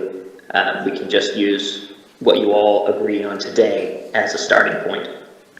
Okay, well, in that case, at a minimum, we have $1 million for UGB infrastructure. Here. That we have a minimum of $1 million that the council's agreed to for UGB infrastructure. And Mayor, does it count, since I switched, that we now have 5 people in favor? Well, we already had 5 people supporting $1 million, but now we have one of you at 1.3, one of you at 1.5, one of you at 2. So we're still a little bit all over the board, but that will be one area to look at increasing, I guess, as we move along here. I'm also not seeing that it was updated on Rick's column with 2 million for UGB and taking it from the water reservoir. Oh, okay. Maybe Adam needs to add the, That was the point of my statement, was to say that we absolutely can do that. That would just take more time, whereas ultimately, whatever council would like to agree on is the number that will go in column D for the total council decision. And we don't necessarily have to allocate everything today. We can start the process over after, for example, if $1 million is decided on today for the UGB infrastructure, then we will proceed with that information and continue discussion with the other items and other dollar amounts as well. okay, well, I think it helps people to keep track of their own preferences if we keep their column up to date, so.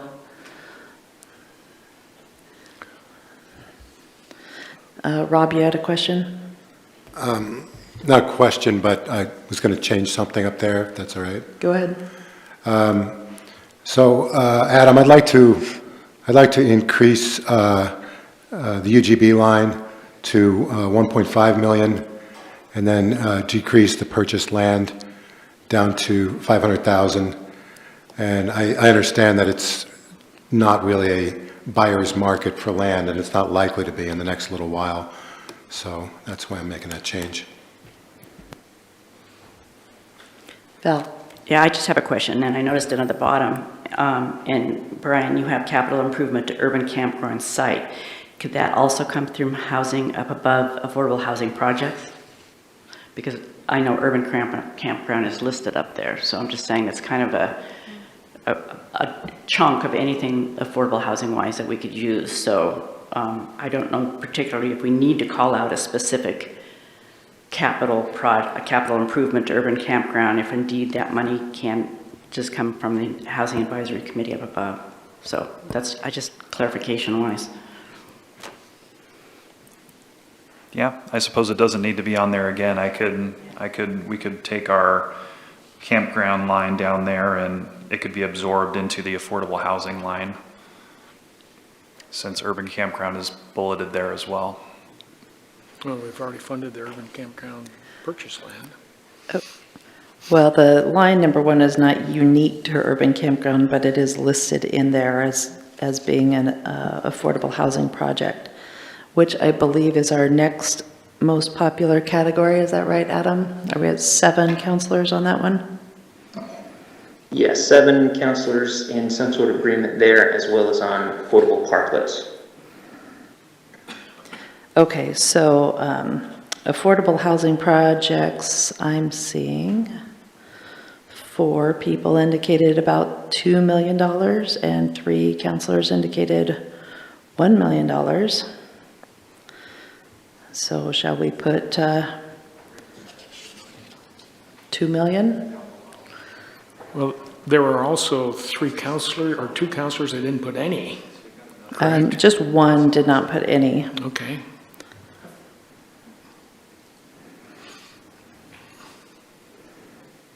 I don't know, does anybody want to change their line up or down on that one? Okay, let's put 2 million on that one. I'm sorry, Sarah, what did you say what was your? 2 million on affordable housing. It has, And the rationale for that is? 4 counselors had put 2 million and 3 counselors had put 1 million. And 1 counselor said none. So it was 4-4, right? How does that translate to the 2 million? Well, we have to pick something. What's your suggestion? Well, there's a couple ways you can do it. You can talk it through and get a consensus. You can do an average, which wouldn't be 2 million. You could see if somebody wanted to switch and get a majority at 2 million. I did ask if anybody wanted to switch and nobody replied. Right. So on one, you went to the minimum. On another one, you went to the maximum.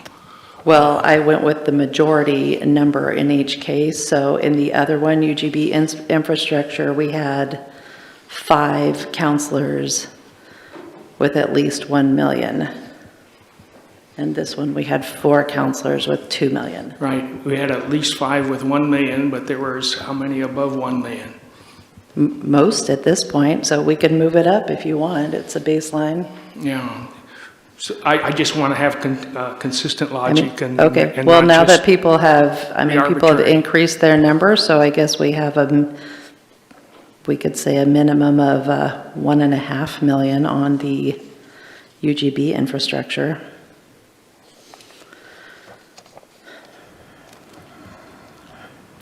And with that, I will change my UGB infrastructure to 2 million, take 1 million off mine and add it to the pool. Add it to the pool. So that puts you at 2.2 for the pool? And I agree to take off 1 million and agree with 2 million for the UGB infrastructure and hold on to my million for a future decision. All right. Okay, what was the next one with 7 on it, Adam? It was, Did we want to move UGB to 1.5? yeah, oh yeah. Okay. Can you put UGB at 1.5? And are we still at 2 million for affordable housing? Yes. All right, so then yes, the next item was portable parklets, the lowest dollar amount being $10,000, the highest dollar amount being $250,000. There are 2 individuals with $250,000, or 4 with less than $50,000 and 1 with $100,000. I'm seeing a majority above 48,000. Yeah, this is starting to get more complicated now, but yeah, I agree. We have a majority above 48,000. This is for portable parklets. And, yeah, go ahead, Rob.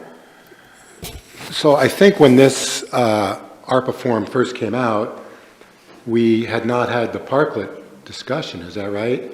And it seems as though we've decided that portable parklets are going to be essentially paid for by the participating business. So why do we need $250,000, or why would anyone need hardly any money in that? I don't understand.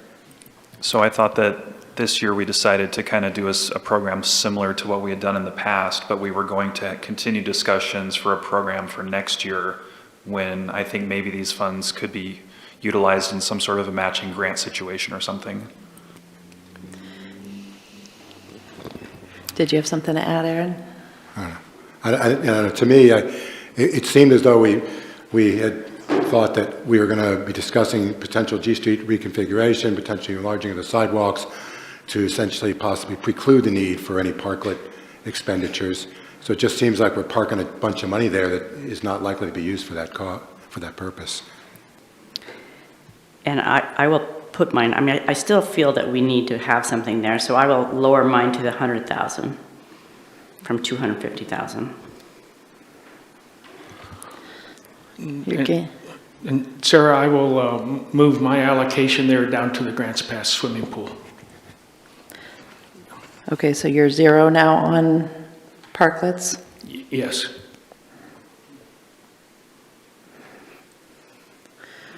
And then he's at 2.3 on the pool. You got that, Adam? Okay, so back to parklets. Did we initiate a plan for this year, and what did we decide? Yeah, so you actually have an action item on the upcoming Wednesday's council meeting, which will do, in essence, what Councilor Pell mentioned. It's going to provide a temporary appointment of a parklet program that is at the owner's cost that we will permit for their use of public infrastructure. And then we would, at some point in time, maybe address the situation later on. We did have a presentation on that. The one caveat I would want to mention is if we were to actually invest in a parklet program where the city was taking on a responsibility, that would also be associated with some additional allocation in general funds moving forward. The way we've got it set up right now, it doesn't require general fund dollars. And if you move forward with a program where it is the private industry who is just renting the space, but their responsibility to manage the infrastructure for that site, then it wouldn't require any real general fund infrastructure. So it all depends on how you work this, if you're going to allocate money to that, whether or not it could be an additional draw on the general fund or not in the future. Okay, so as it stands right now, we have 4 that had indicated spending at least $48,782. Is that where we want to leave this? Valerie? Yeah, following up on that, it is also, I mean, as we decide on what to do with the reconfiguration of G Street and the plaza and all that, I'm going to assume right now that that money could potentially be a urban renewal, because that's right in the urban renewal as well. So that would probably become a package. Am I correct in assuming that in that particular case, that might be the funding source? G Street reconfiguration would have the potential of utilizing some urban renewal dollars for that project, if that was your question.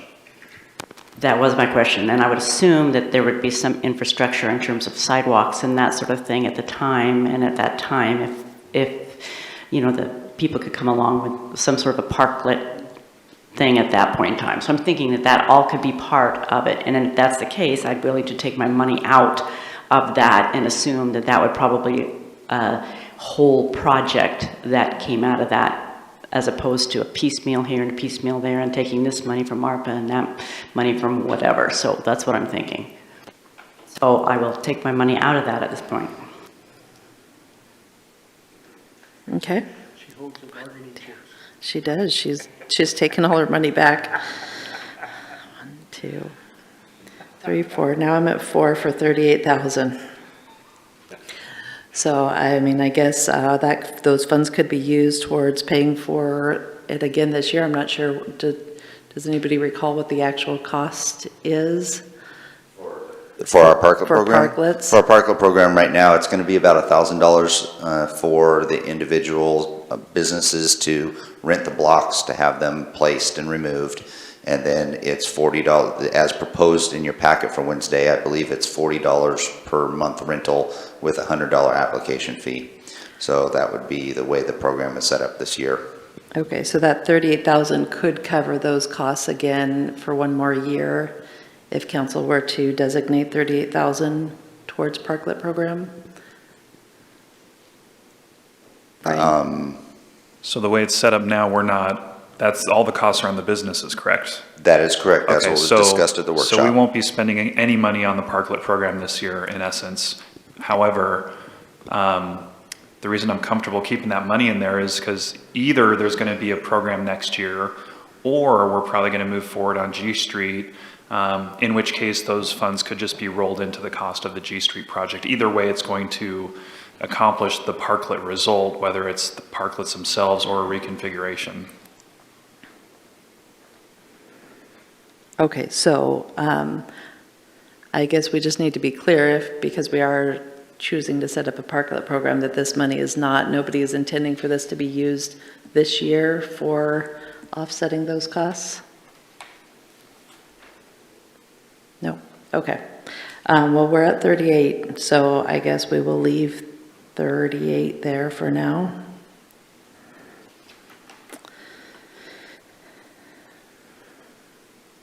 What, and then so I think we ended up dropping down in our support for that one, but nevertheless. It's now only 5. Okay. And then we have a couple other items that are also at 5, I believe. Yes, Mayor, the purchase land for affordable housing projects is the first item on the list with support of 5.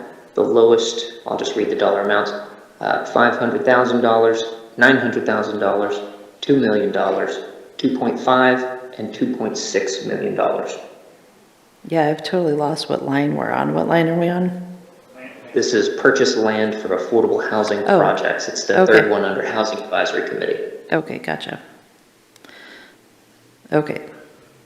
So those are 2 million, 2.5, 2.6, 500,000, 900,000? Is that Yes. right? Okay. So that's a pretty big range. Looks like we have 5 people at 500,000 or four people at 900,000. Does anybody want to make any adjustments up or down here? Since I'm the only one that had the money in the tourism drivers, I will take that out, unfortunately, and put it up into that category, into purchasing a land. So now you're at 2.5? Yeah. Okay, so we have 3 people at about $2.5 million, but then 2 more that are less than $1 million. Rick? So I have a question.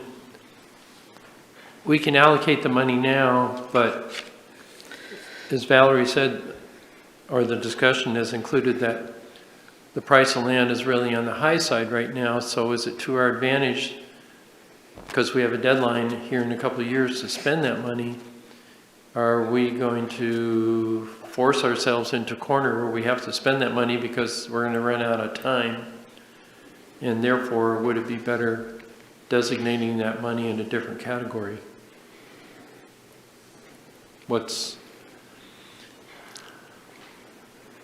There is a Cinderella glass slipper thing to this. Come midnight, you have to have that money spent. That carriage will turn into a pumpkin. So whatever monies you allocate to those resources, we will need to track those throughout until 24, so we can have a good idea on whether or not we're going to have at least all of those contracted out for spending for the end of 26 deadline.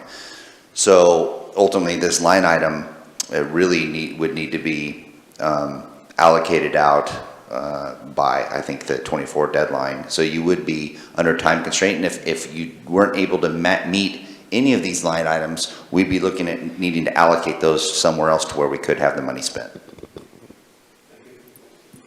Brian, then Joel? Yeah, I wanted to follow up with Rick's question.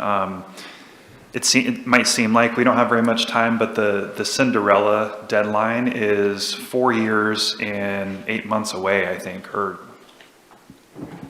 yeah, it's a long time. So we have. I really think that you would be, my caveat is that's when it ultimately all needs to be spent. You need to have clear direction at the 24 deadline where that money's going. So 4 years is not the comfortable number that I would be comfortable saying. You've got 2 years. You've got that December 24 deadline that really you need to have all those monies knowing where they're going to go.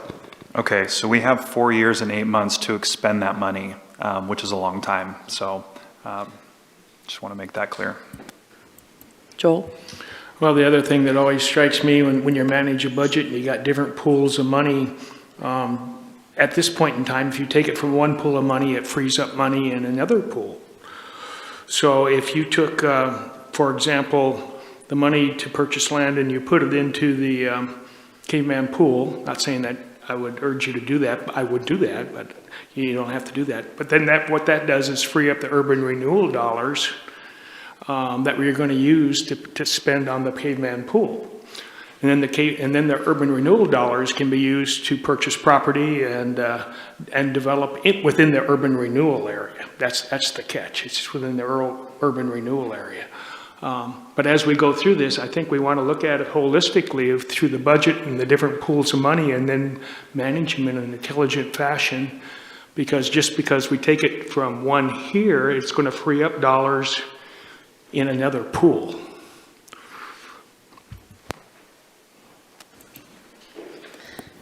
Alrighty, so I think, are we on the land acquisition line?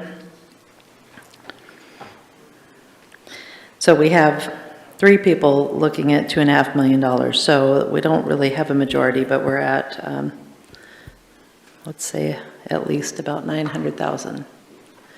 Does anybody want to move up or down, Val?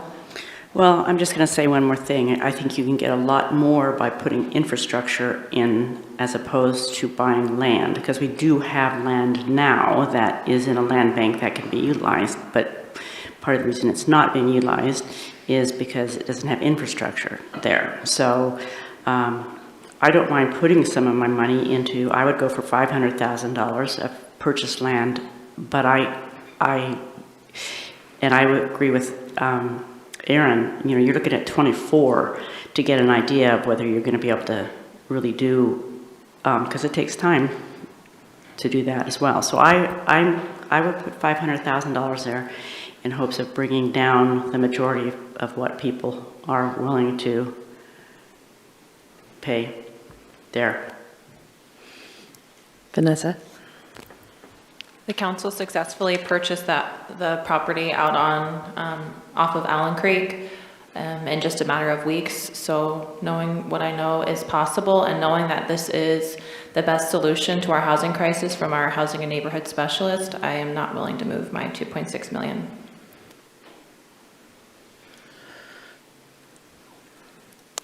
All right, well, we have 4 people at 900,000 right now, so let's put that down. And did Councilor Lovelace want me to put 500,000 on that line item for her? Yes, thank you. Mayor, you're saying 900,000? Yeah, let's put 900 there. We need to get a sense of where we're at in the grand total here. I have 6 people interested in swimming pool, is that right? And Mayor, I hate to backtrack on you, I apologize. On the portable parklets, the last item we discussed, Yep. I misunderstood if we were going ahead and putting 38,000 there. 38, yep.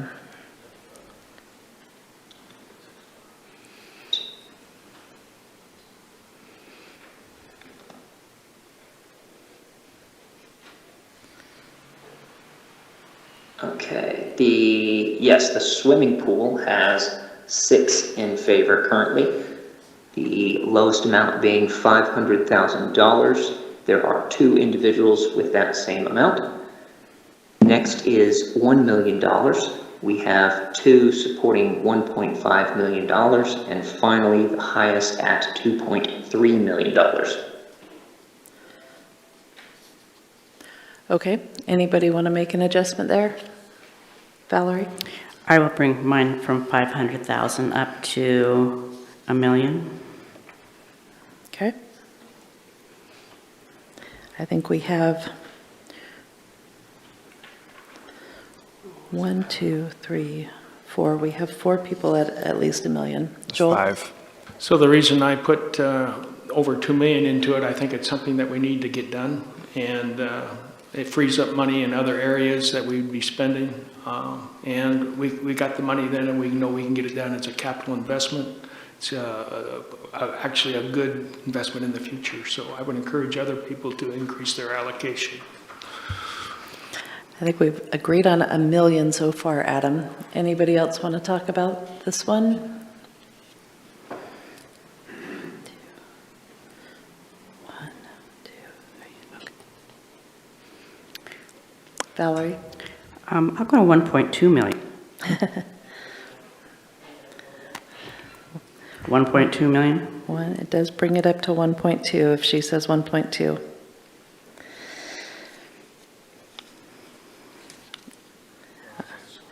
Rob?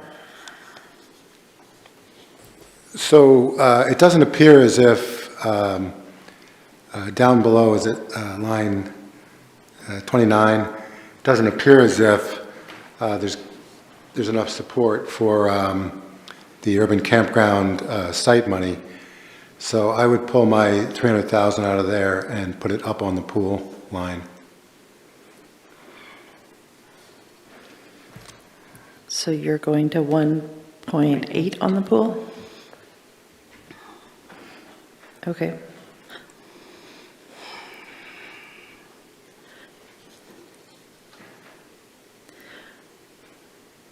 I think that leaves us still at 1.2 with 4 people. 1, 2, 3. At least 4 people saying 1.2 on the pool, but we'll come back to some of these after we kind of get a scope here. All right, I think is a water trailer our next. Yes, Mayor, I have 5 in support of the emergency response water trailer. The lowest dollar amount being $60,000, and then 4 at $100,000. And just as a reminder, with what the estimated cost of one of those might be with today's prices is somewhere between $150,000 to $200,000. Thank you. Rob? Well, I think that it's important that we purchase that trailer, and I'd rather not, if we don't use the ARPA funds, obviously it's going to come from somewhere else. So I'd actually like to increase my amount there to 150, because I'd like to pay for the whole thing out of these funds.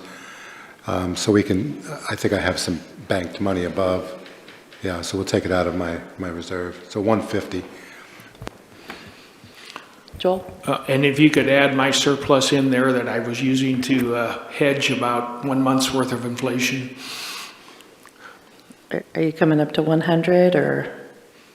How much do I have unallocated at the top? 662. Yeah. $662. Add the 662,000. Aaron? Recognizing what Councilor King just mentioned with inflation, really the comfort level based on the time that we would actually be able to get these monies spent, we're probably closer to 200. I would feel safe if council says, you know, this is really what we want. The allocation of 200 would probably be safest for us than the 150. I would agree with that. Brian? Yeah, I will move up my allocation for that line. You can take some off of the line 29. That urban campground line. I actually wasn't going to go to 200. I was going to go to 175, but.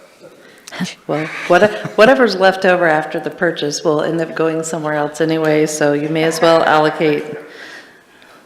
Vanessa? I was gonna do the same. I was gonna reallocate from the capital improvement to the urban campground, 100,000 to the water trailer, and then the remaining 100,000 to the affordable housing projects at the top.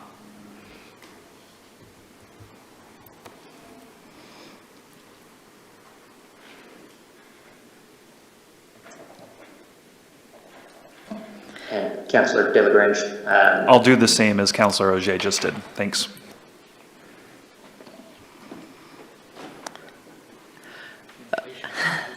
Okay. Rick?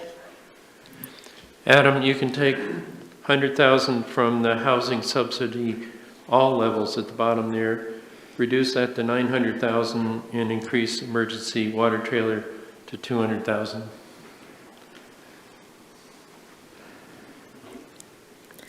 All right, we're getting close to support for 200,000. Joel, you're at 60,662. Val? I'm just having fun here, which I shouldn't do. It's a Actually, serious I will take, I mean, because I'm looking at the downtown welcome set of restrooms, and I'm going to assume that we're kind of already paying for those through something else. So I'll move that 200,000 down to the emergency response water.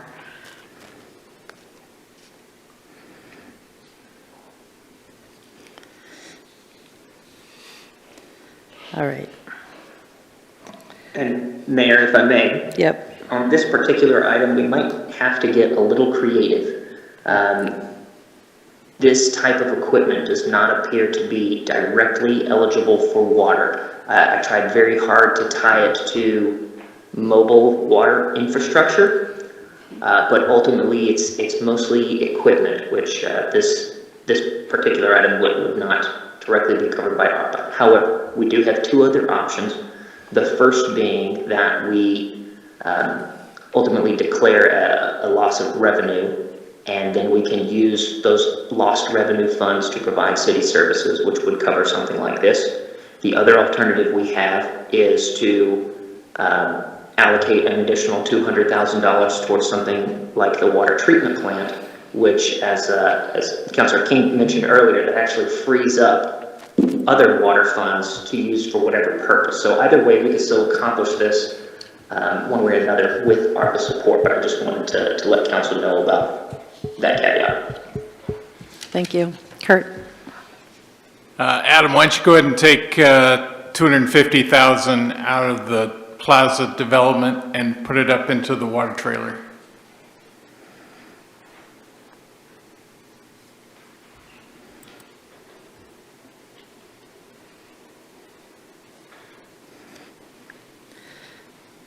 Okay, well, I think we have five. 1, 2, 3, 4. Well, we really have 4 at 200,000. We have 5. 5. 5? 5. 1, 2, 3. Oh, you're right, 5. Okay. One person's still at 150, but that's our sixth person. Okay. So we can put 200,000 in the council column for the trailer. All right, does that bring us to portable toilets?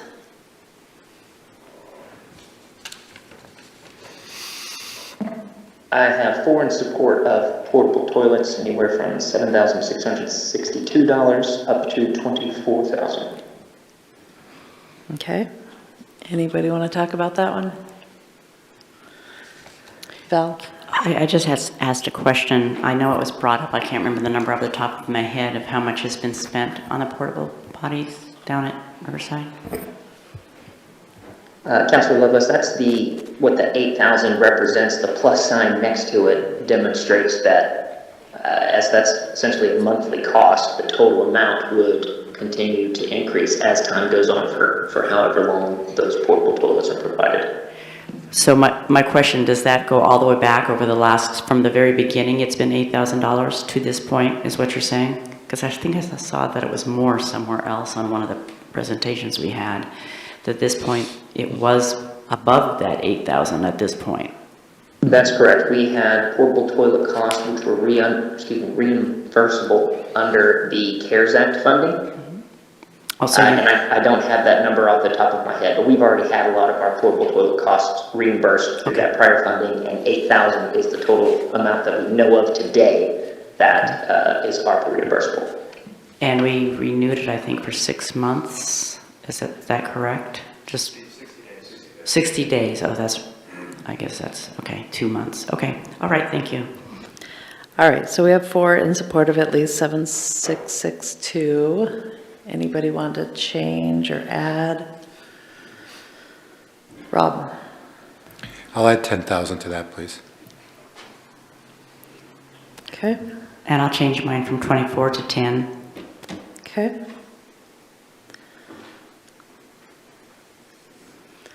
All right, so let's go with 8 on that one.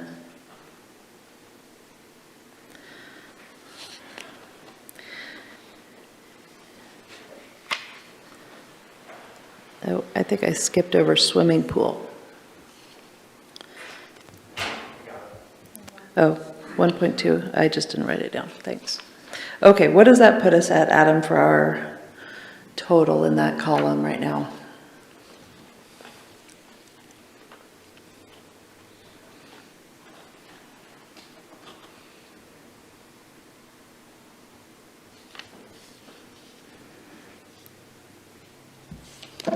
I'm sorry, Mayor, I had myself on mute. The remaining amount is $499,662. Unallocated? That's correct. Okay, so we have about $500,000 to work with. And I don't have anything else that had at least 4 people. Oh, I do see one. Portland Lou, Baker Park.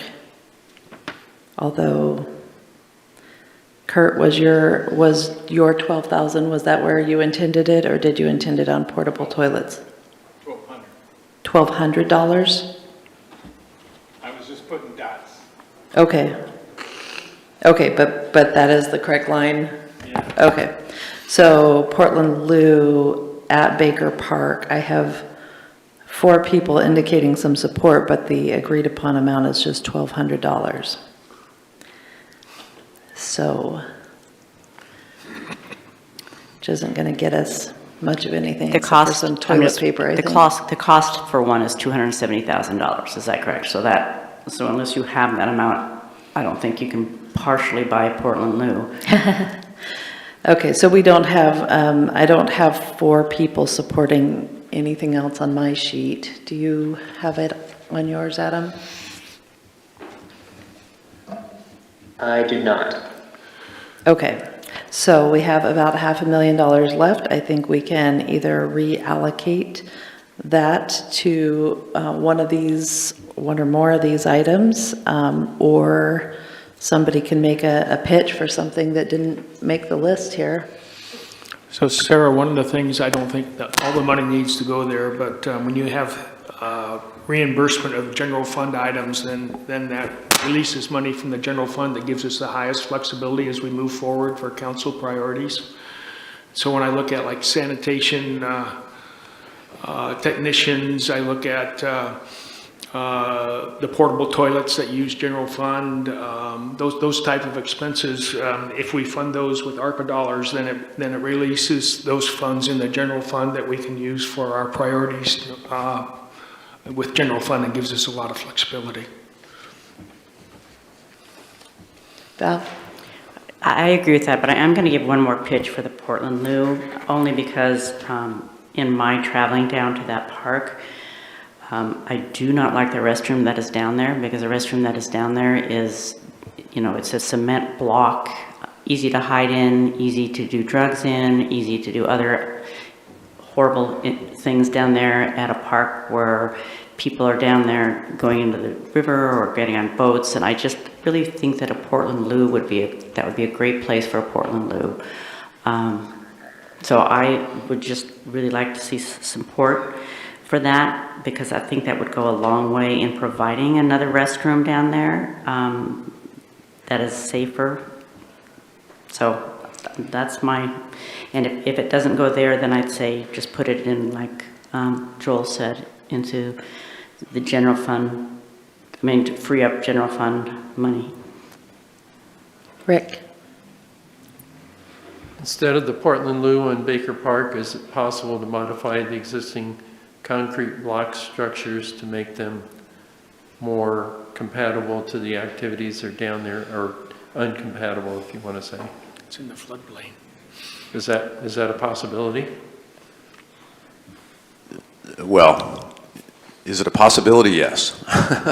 It would take quite a bit of design work, internally. We just have to basically gut the existing facility, retain the existing exterior walls, and reconfigure those so that you're not able to go in and be locked in there all day, But yeah, it would be possible. Would it be expensive or more than the Portland Loo? Hard to say. Hard to say. Okay, Yeah. thank you. Yeah, we haven't looked at that. Joel?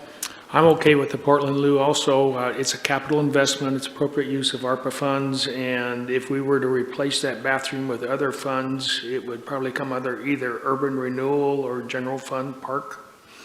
So it would free up the funds then in one of those 2 areas if we were going to do it. And it's going to have to be replaced sometime. It's in the floodplain, it's in bad shape.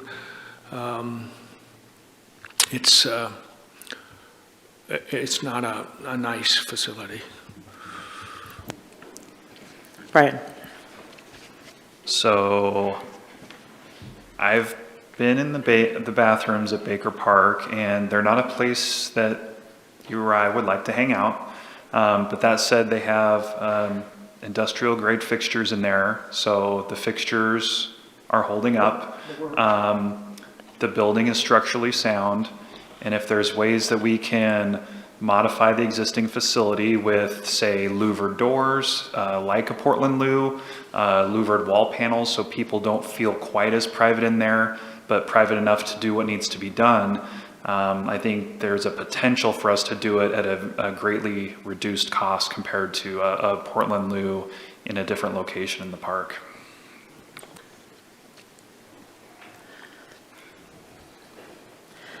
So then, Brian, what I hear you saying is that there's a even more efficient way of doing it, but it requires some dollars. You could say that. And how many dollars would you guess it's going to require? I would defer to Brad on that. Okay. Okay, well, we seem to, go ahead, Aaron. Staff brought this one forward. We're talking about efficiencies, and this was one of the ones that staff did bring forward, and whether or not council wants to support it or not is up to council, but based on what our interpretation of the issues aren't the infrastructure that's inside of it, it's the design and the use of that facility that is creating the safety issue and the risk associated with the users of the park. And from an efficiency standpoint, staff recognizes, at least from our recommendation, that it would be most efficient to have a Portland Loo versus the gutting of the facility and redesigning the facility to try to make it to where it's safer in the park. So I just wanted to provide that information. All right, I feel like we already had a whole other meeting about putting a Portland Loo in Baker Park, and it didn't get traction at this time, and I don't hear anyone who didn't allocate $270,000 for it, being talked into changing their minds this time, so I'm inclined to move on. Kurt? All right, just go ahead and take $270,000 out of my slush fund down there at the Plaza development and put it in the Portland Loo. Okay, now we have 270 for Portland Loo. Getting support from 4 people. Vanessa? You are right, Mayor. We did have a previous discussion on this. It was the Portland Loo request at Baker Park was tucked into the purchase of the Portland Loos for downtown. And although I'm not allocating any ARPA dollars to this, I do support the acquisition of a Portland Loo for that location, but out of the park fund that currently has enough funds, not out of ARPA dollars. Okay, so if we add Kurt's 270, we come up with 4 people supporting that, that still leaves us with about $229,000 unallocated. Brian? So with regards to this line, if we're going to start putting Portland Loos in the parks, I don't have a problem with that, but the park, the bathroom at Riverside is the same construction as this. The bathroom at Lawn Ridge is the same construction as this, and those see a lot more use from children at the park and families. So just from a frequency of use standpoint, if we're going to spend that much money on a Portland Loo at a park, I don't know that Baker Park is the first one that I would be putting it at. Yep. All right, any other suggestions for the remaining funds?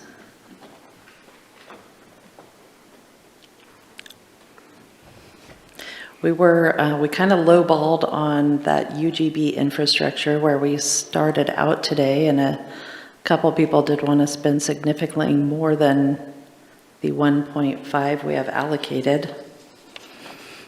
We could put it there. Val? I would vote for that. I would vote for that, but I think I'm out of money. I think I have I can put it, I'm at, I think 2 where I stayed, so it doesn't make any difference, but I think that would be a great place to put it. Joel? And I would agree with that also. I think, you don't fund every dollar, you fund projects. And if the city is saying that the distinct projects that make sense are about $2 million, that we probably need to up it from where it's at. So I would favor putting the money there also. Okay. Well, you two were both some of the people who were hired to begin with. We also, in the land bank line, right under that, we had 3 people who wanted to spend $2.5 million or so, and yet right now we're at about $900,000 that we agreed on. So that could also be another spot to round up. But it's going to take somebody who's under moving up. Yeah, Vanessa? Yeah, although I'm not under on that line, that's kind of what I was going to also mention, was that I think it would bring it more in line with the intention behind most counselors for the affordable housing project if it was moved up to 1.4 million. All right, is anybody willing to change?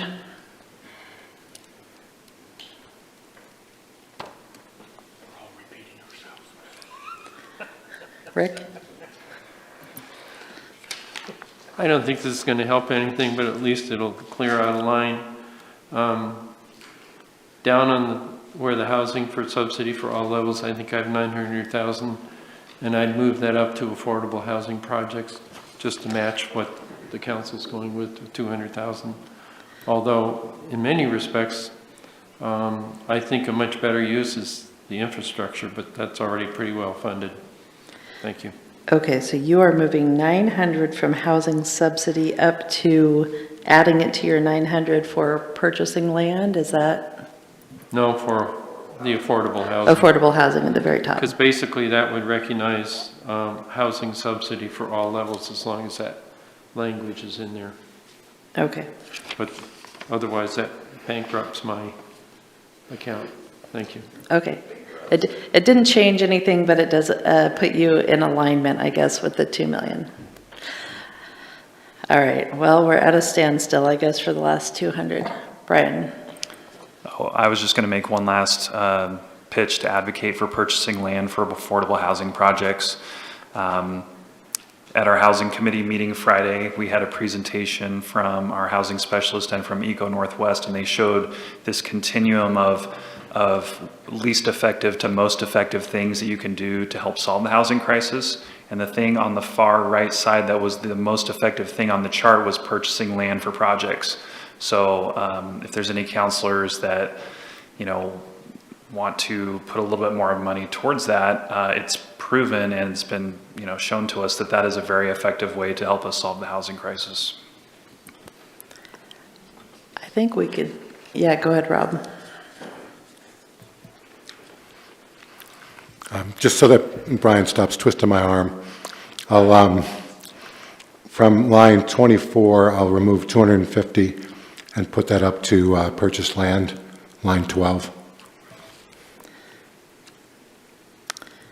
Purchase land.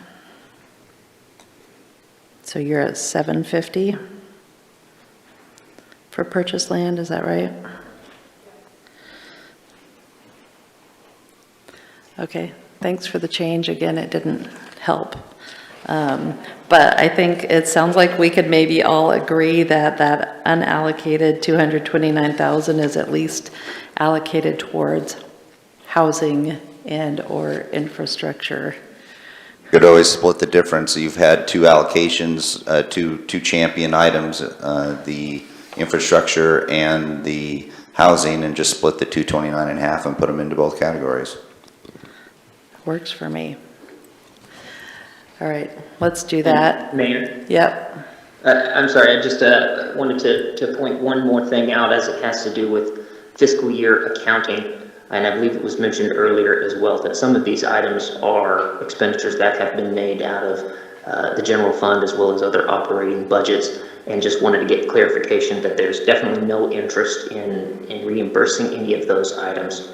At the moment, or for the past year, we've invested some time in tracking those items, and if that is not a useful activity, then we can perhaps reanalyze doing that going forward.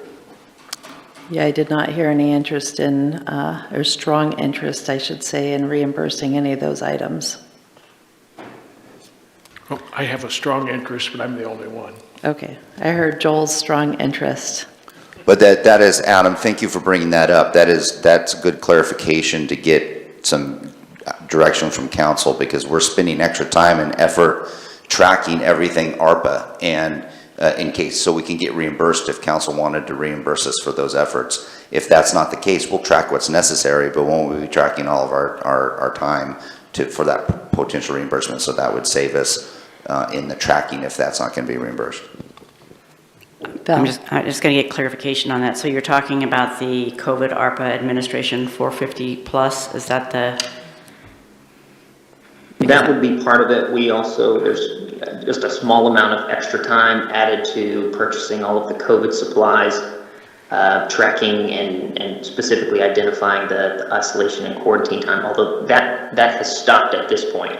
But if not reimbursed, then that's definitely coming out of the city's budget. But the main ones being those supplies and the administration time. And of the 450 plus hours, I'd say nearly half of those were related to the survey. So just wanted to make sure you have all the information there.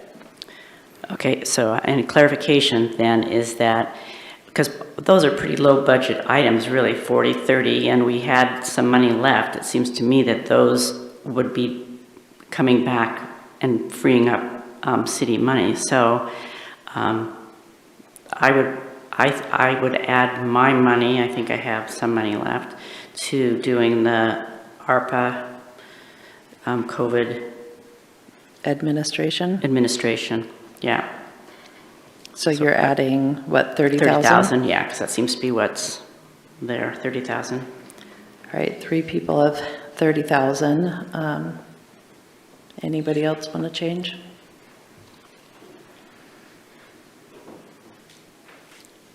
All right. I don't want to wait you out. Okay. So I guess we didn't get enough support to move forward with that for now, but let's go ahead and move forward with Aaron's idea of splitting, about 115,000 each to both UGB infrastructure and affordable housing, or a land bank. And then we will bring this all back to you with a cleaned up version, and council will need to vote on it before it's a done deal. So if there's any more advocating or switching you want to do, we can talk about it again. Anything else for today on that one? All righty. Next, agenda review. We have a meeting on Wednesday night this week where we will have a public hearing ordinance to consider an ordinance change to the development code, a text amendment to Article 12. It's the second reading of the minimum residential density requirements. Another public hearing to consider an ordinance that would be a comprehensive plan amendment regarding the housing needs analysis in the Middle Housing Code, a public hearing on the CDBG needs and priorities for fiscal year 2022. That's the Community Development Block Grants. Public hearing to consider an ordinance that would be a property line vacation between tax lots 301 and 302 of map number 360528C0. A resolution to extend the grant for Three Peaks Holding. That was a Bragg grant. A resolution that would renew the Chamber of Commerce contract. A resolution to contribute funds to People of the Earth Foundation's Native American Arts Festival and Mother's Day Powwow. A resolution to allow commercial activity in the park. Consent calendar has a motion to approve the findings of facts for Development Code Article 12, the text amendment regarding minimum residential density. Resolution to replace a vehicle for the battalion chief, a resolution to redefine the scope of the Cape Man Plaza Task Force, a resolution for the Parks Janitorial Services contract, a resolution for the Housing Advising Committee membership change, a resolution to revise the banner policy for the over-the-street banners, a resolution on law enforcement mental health and wellness grant, and a resolution approving the parklet program. Any questions about Wednesday night? And then Monday's workshop next week, we'll hear the CEDC's motion to adopt a Spalding Park action plan, and we received a fairly good-sized memo about that, I think, last week. So you all should have some paperwork at home if you haven't read it yet. And then a presentation on from ODOT regarding Dow Road and the 4th Street Bridge. Any questions on that? Rob? Again, an item that got moved to the back, I'm asking to somehow get moved to the front, the council pay discussion? Yep, we will get that moved on to the front. So you told me the last 2 weeks. So what we talked about, Rob, for better or for worse, that there is it needs to get on the ballot. We need to have it discuss it in time, that if we decide to do it, it needs to get on the ballot. Right. And so that was what our discussion was, and we'll make sure that it gets on the agenda with plenty of time, so that if we approve it, it will be on the ballot. Okay. All right, anything else that you want added?